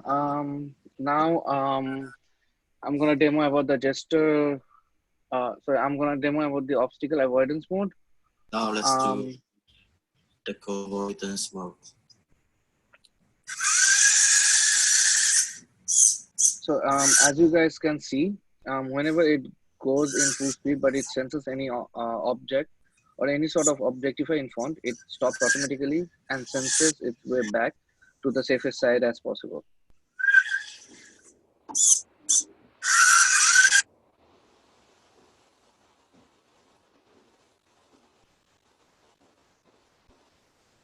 So our project has been done based on these budget lines. The total amount was 118.15. Apparently, the main parts where we used Arduino LilyPad, DXL335 3-axis accelerometer, 433 MHz RF transmitter, HT12E and HT12D, BO motor and wheels, ultrasonic sensor, camera module, IC stepper motor, drivers control. This was our budget line. So, Hiccups along the way. Jonathan will speak further. thank you. As we noticed that some of the items in the budget weren't used, and that was because the reason being that we couldn't meet to complete the project. As a camera module, we wanted to include that so that we can actually view the direction the car was going, as well as we wanted to include multiple ultrasonic sensors. So that any obstacle that the car encounters that the human eye can't see, it would immediately alert us, with a sound that we know that the car is in danger of hitting an obstacle. Will automatically stop by itself. And so there were quite a few hiccups along the way. One being hardware soldering. All three of us being, not so close to the hardware department of technology. We kind of, it was a learning curve for all of us to get hands-on and actually build it, as well as we've encountered some software bugs, whereas in our first model, everything worked independently, but when everything was put cohesively, wasn't working. And we tried a few software fixes, but nothing worked, and we had to scramble to find different parts so that we can put together solution. the 2.0 version of the car. And as I mentioned, the cohesion of hardware and software was also something that we had to kind of tackle around and get a way around it and implement what we did, as well as obviously the very evident coronavirus pandemic kind of quarantined us at home, in which we weren't really able to meet up and successfully finish it to the point that we wanted to. And future work in this regard would be obviously the combination of the two modes that we demonstrated to being as a one whole mode where you can gesture the car in any direction that you want, and it will automatically stop it when it detects an obstacle.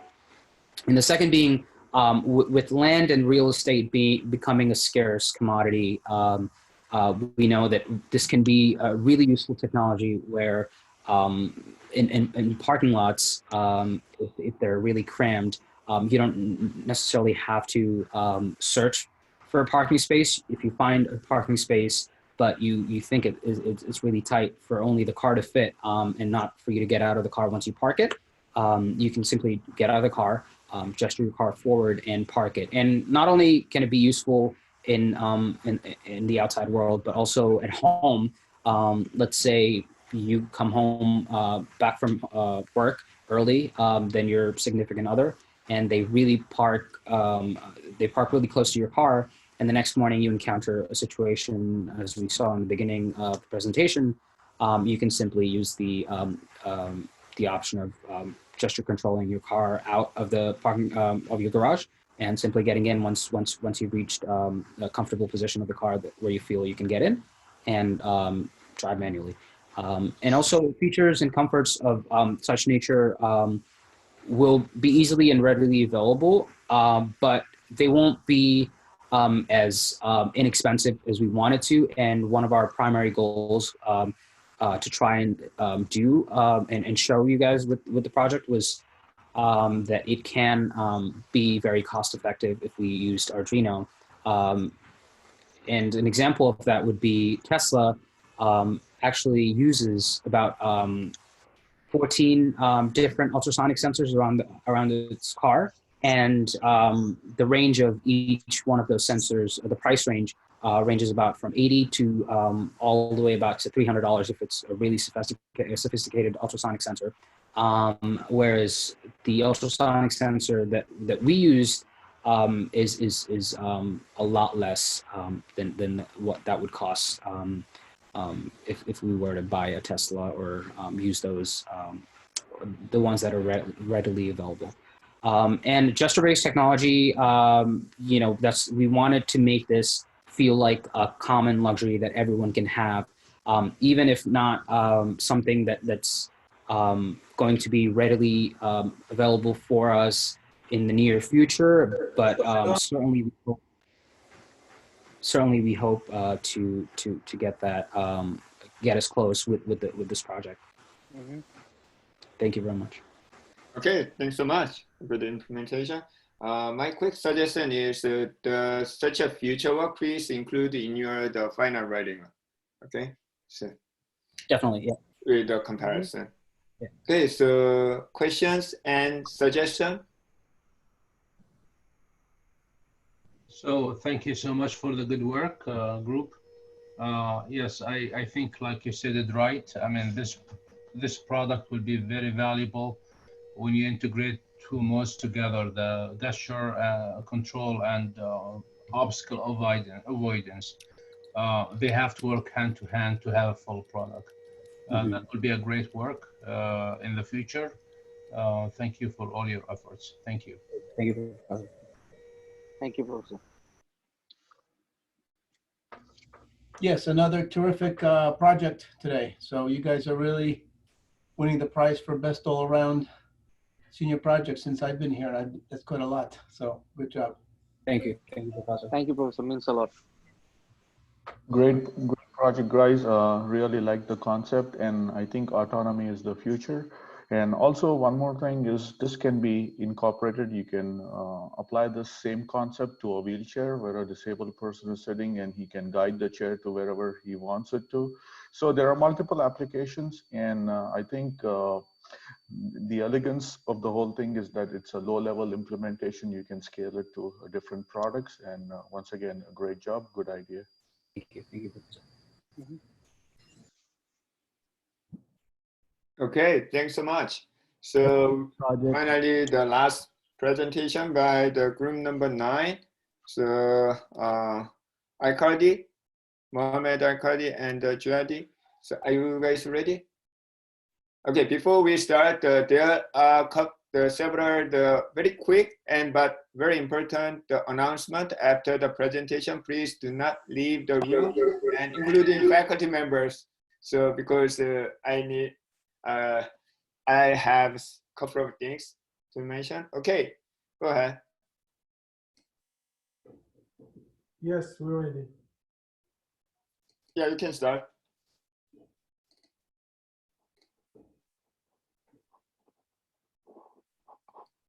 Hello, today we are presenting our senior designer project, automatic flow sorting system. My name is Mohammed and my teammate is Junaid. This is the agent of our project and we will talk about these items in the project. The project dynamics. Since we are a small team, me and Junaid did all the work together from design and planning and construction with the programming.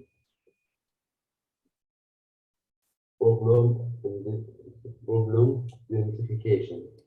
The estimated cost of non-adherence in the US is $290 billion according to a CBS report on adherence. The quality of life must improve for all users by preparing the medication payment automatically.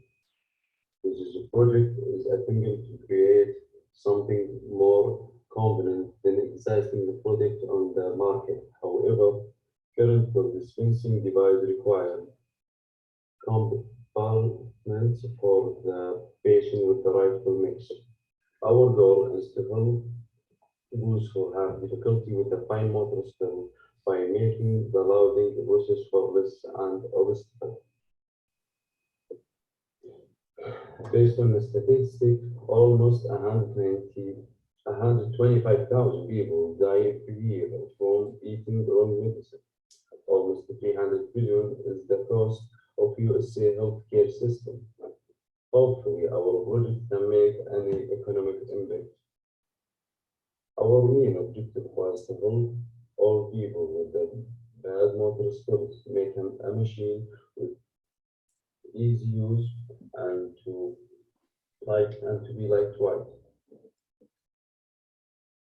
Based on some background research, you see here in the image, almost 119 million Americans take a medicine. The second image you show right now how bills are sorted manually in books based on day and time and different colors. The high level requirements. The machine will sort and probably dispense one bill at a time.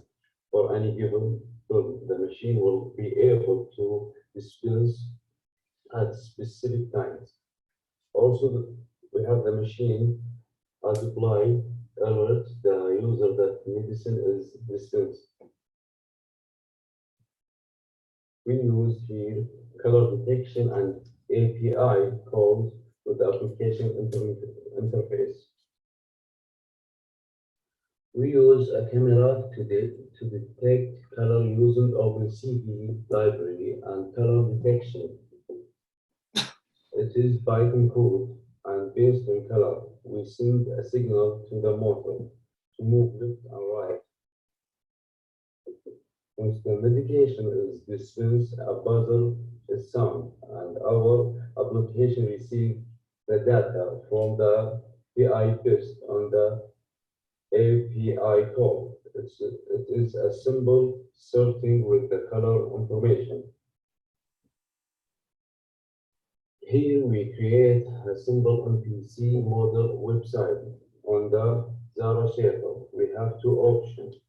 An automated API that is from the hardware to the application. That display data on the application. Then we can also have a doctor or pharmacy that can use our app to dispense medicine in the future, manual control. And this is, you can see, that's our application, and down is the user password. You can check it right now. And here, this is our stepper motor circuit to control that, to stepper the motors. We were able to achieve our results, such as we made the machine easy and simple to use it. And the other things, application to get the data and see the number of medicine. With the device small and easy when you use it. A new way of sorting the medicine. Our marketing plan. Our marketing plan is the device, the current state cost about $750 products. Looking as a mass production, we can bring the cost down $500. Working with the pharmacies like the CVS and Walgreens, we can relate the device for $1,000. Every unit can produce a profile of approximately 500, which can be used in the camera and future input the development in the application. In the future, it's in the future. We believe we can make the machines smaller, make liner machine truck using switching recognition. We can remove any heat, and we believe we could do it in pharmacy and workers again. Here you can see our references and all the research we find it in this presentation. Actually, we would like to thank our University of Pittsburgh and the Computer Engineering Department. Also, we would like to thank our advisor, Asif Mahmoud and Dr. Janzali to help us with our senior design class. And right at that time, you could enjoy by this video.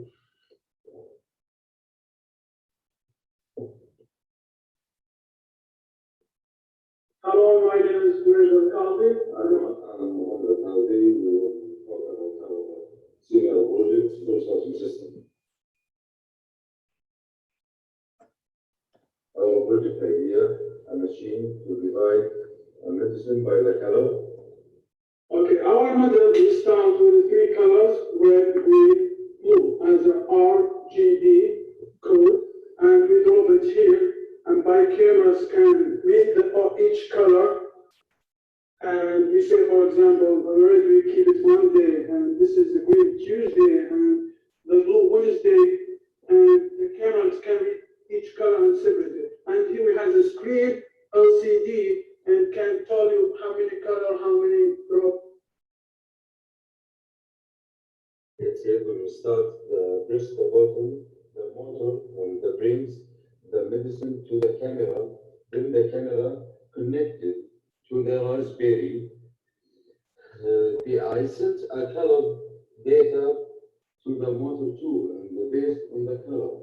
The second motor moves the arm to dispense the medicine in the break box. As Muhammad explained, guys, all data here, transfer to app. We make a separate app. We can use it as a phone or Apple Watch if you have Apple Watch or computer. We're gonna drop the medicine here, and we're gonna start the button, and the arm gonna take one medicine, so you can look at guys to the camera, and the camera gonna read the medicine, which color, which day, and gonna send to a second arm, and a second arm got to carry each box, meaning gonna drop it in, it's like gonna move. It's Monday, it's gonna drop it in the first box, and then Tuesday drop it in the second box, and Wednesday gonna drop it in the second and third box. Now we will show you how to the full project work.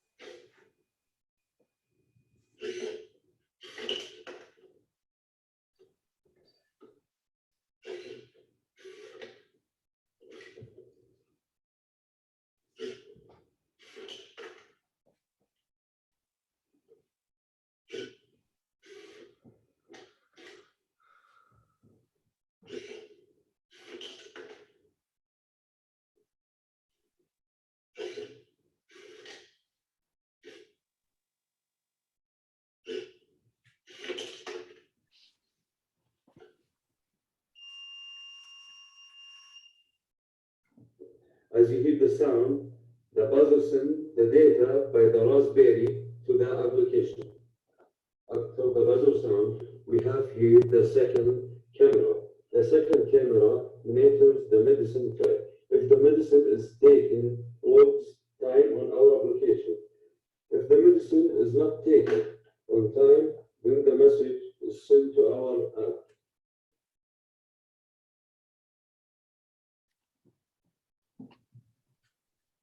This is, guys, our application website.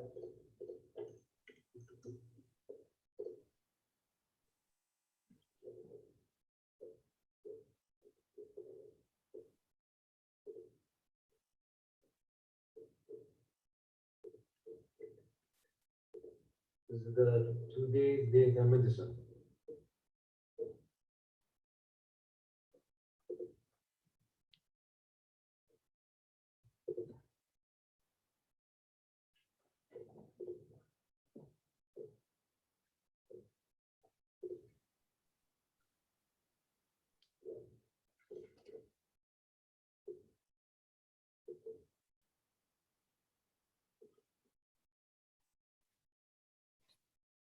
Thank you guys to enjoy it. Do you have any questions? Okay, great. Very nice to see. Thank you. Huge progress. Good job. So please, the minor thing is please add the thinking business plan and the budgetary plan in the final writing of them. That will be fantastic. Any question or suggestion? very, very good implementation. And it seems like, not just for dispatching pills, it could have some robotic applications as well. Maybe Sarosh can comment on that. Yeah, I was gonna say that it's you can use the same thing for package sorting applications where you can decide put a decision different criteria and then sort them accordingly, like sorting mail or things like that. So great implementation, guys. Really interesting work. Thank you so much. And we also have a good video again and send it to you guys. Absolutely. Yeah, that'll be better.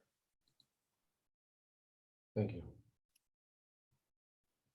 Any other questions or suggestion? Great. Thanks so much. And can you guys see my PPT? Okay, so it's my great pleasure working with you, and under the pandemic situation, I never had such a situation, but it was I can say one of the best final presentation ever the host. So I really proud of all of you, your final work. So thanks so much for your cooperation.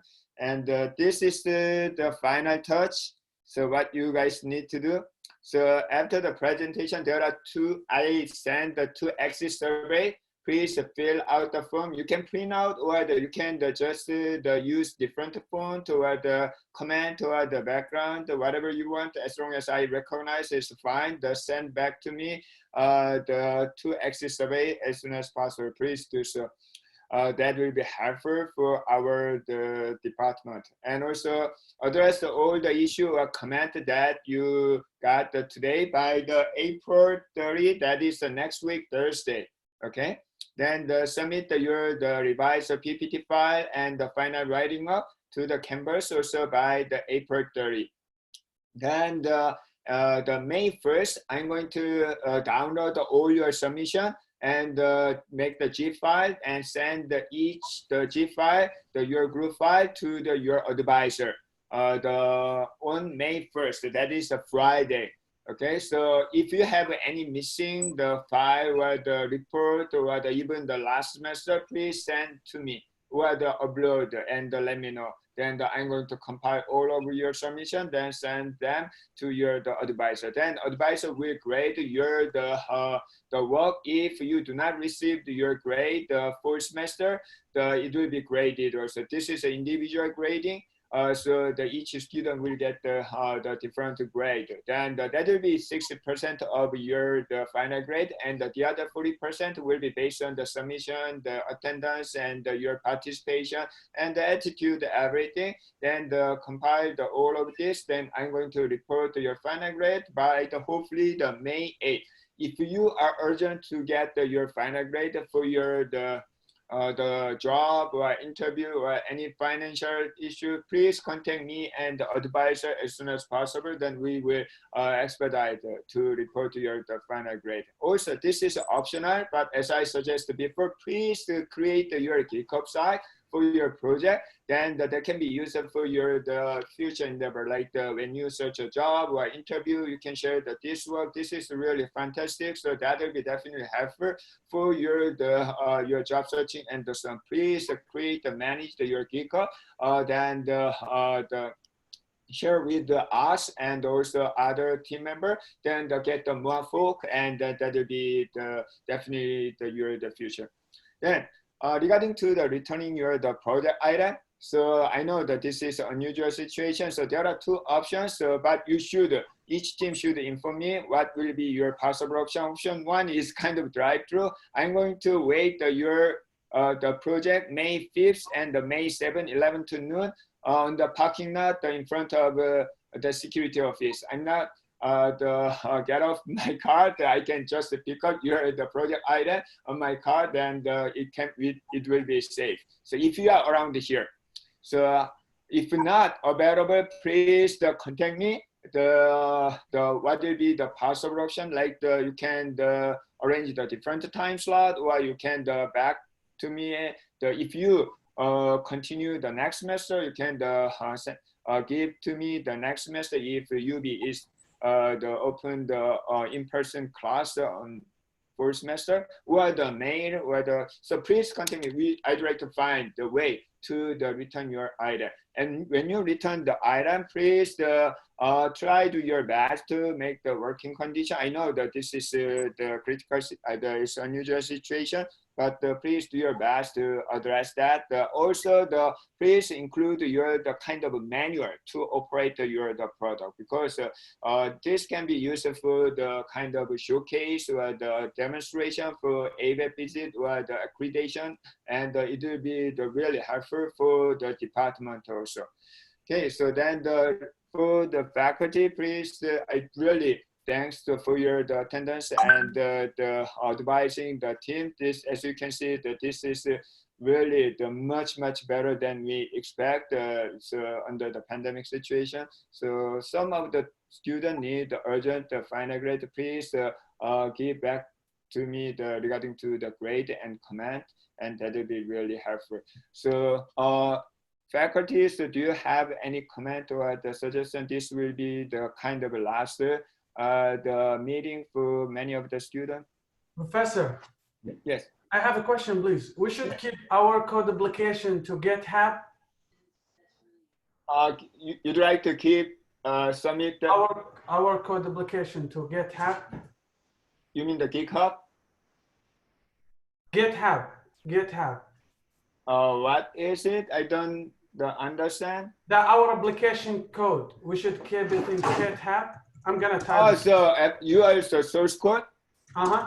So you should not include the main body of the final writing up, but you can add to your appendix, or you can put the GitHub or any other place, then link on your the writing up.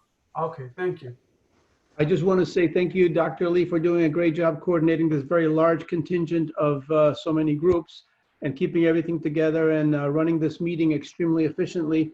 Just a really good job by you. My pleasure, and thanks so much. Yeah, same sentiment from me. Thank you, Professor Lee. You did an amazing job coordinating, such wonderful projects. And to all the students, like I said before, this is the best ever group of students. So congratulations to all of you for doing, such a great job under such difficult circumstances. Thanks so much. And remember, we're always there for you for recommendations and consultations when you guys are already in the real world, whatever the real world is going to be like.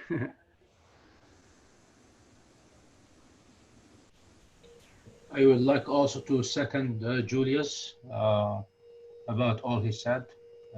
Thank you. Same here. I would like to also thank Dr. Lee for coordinating the senior design project.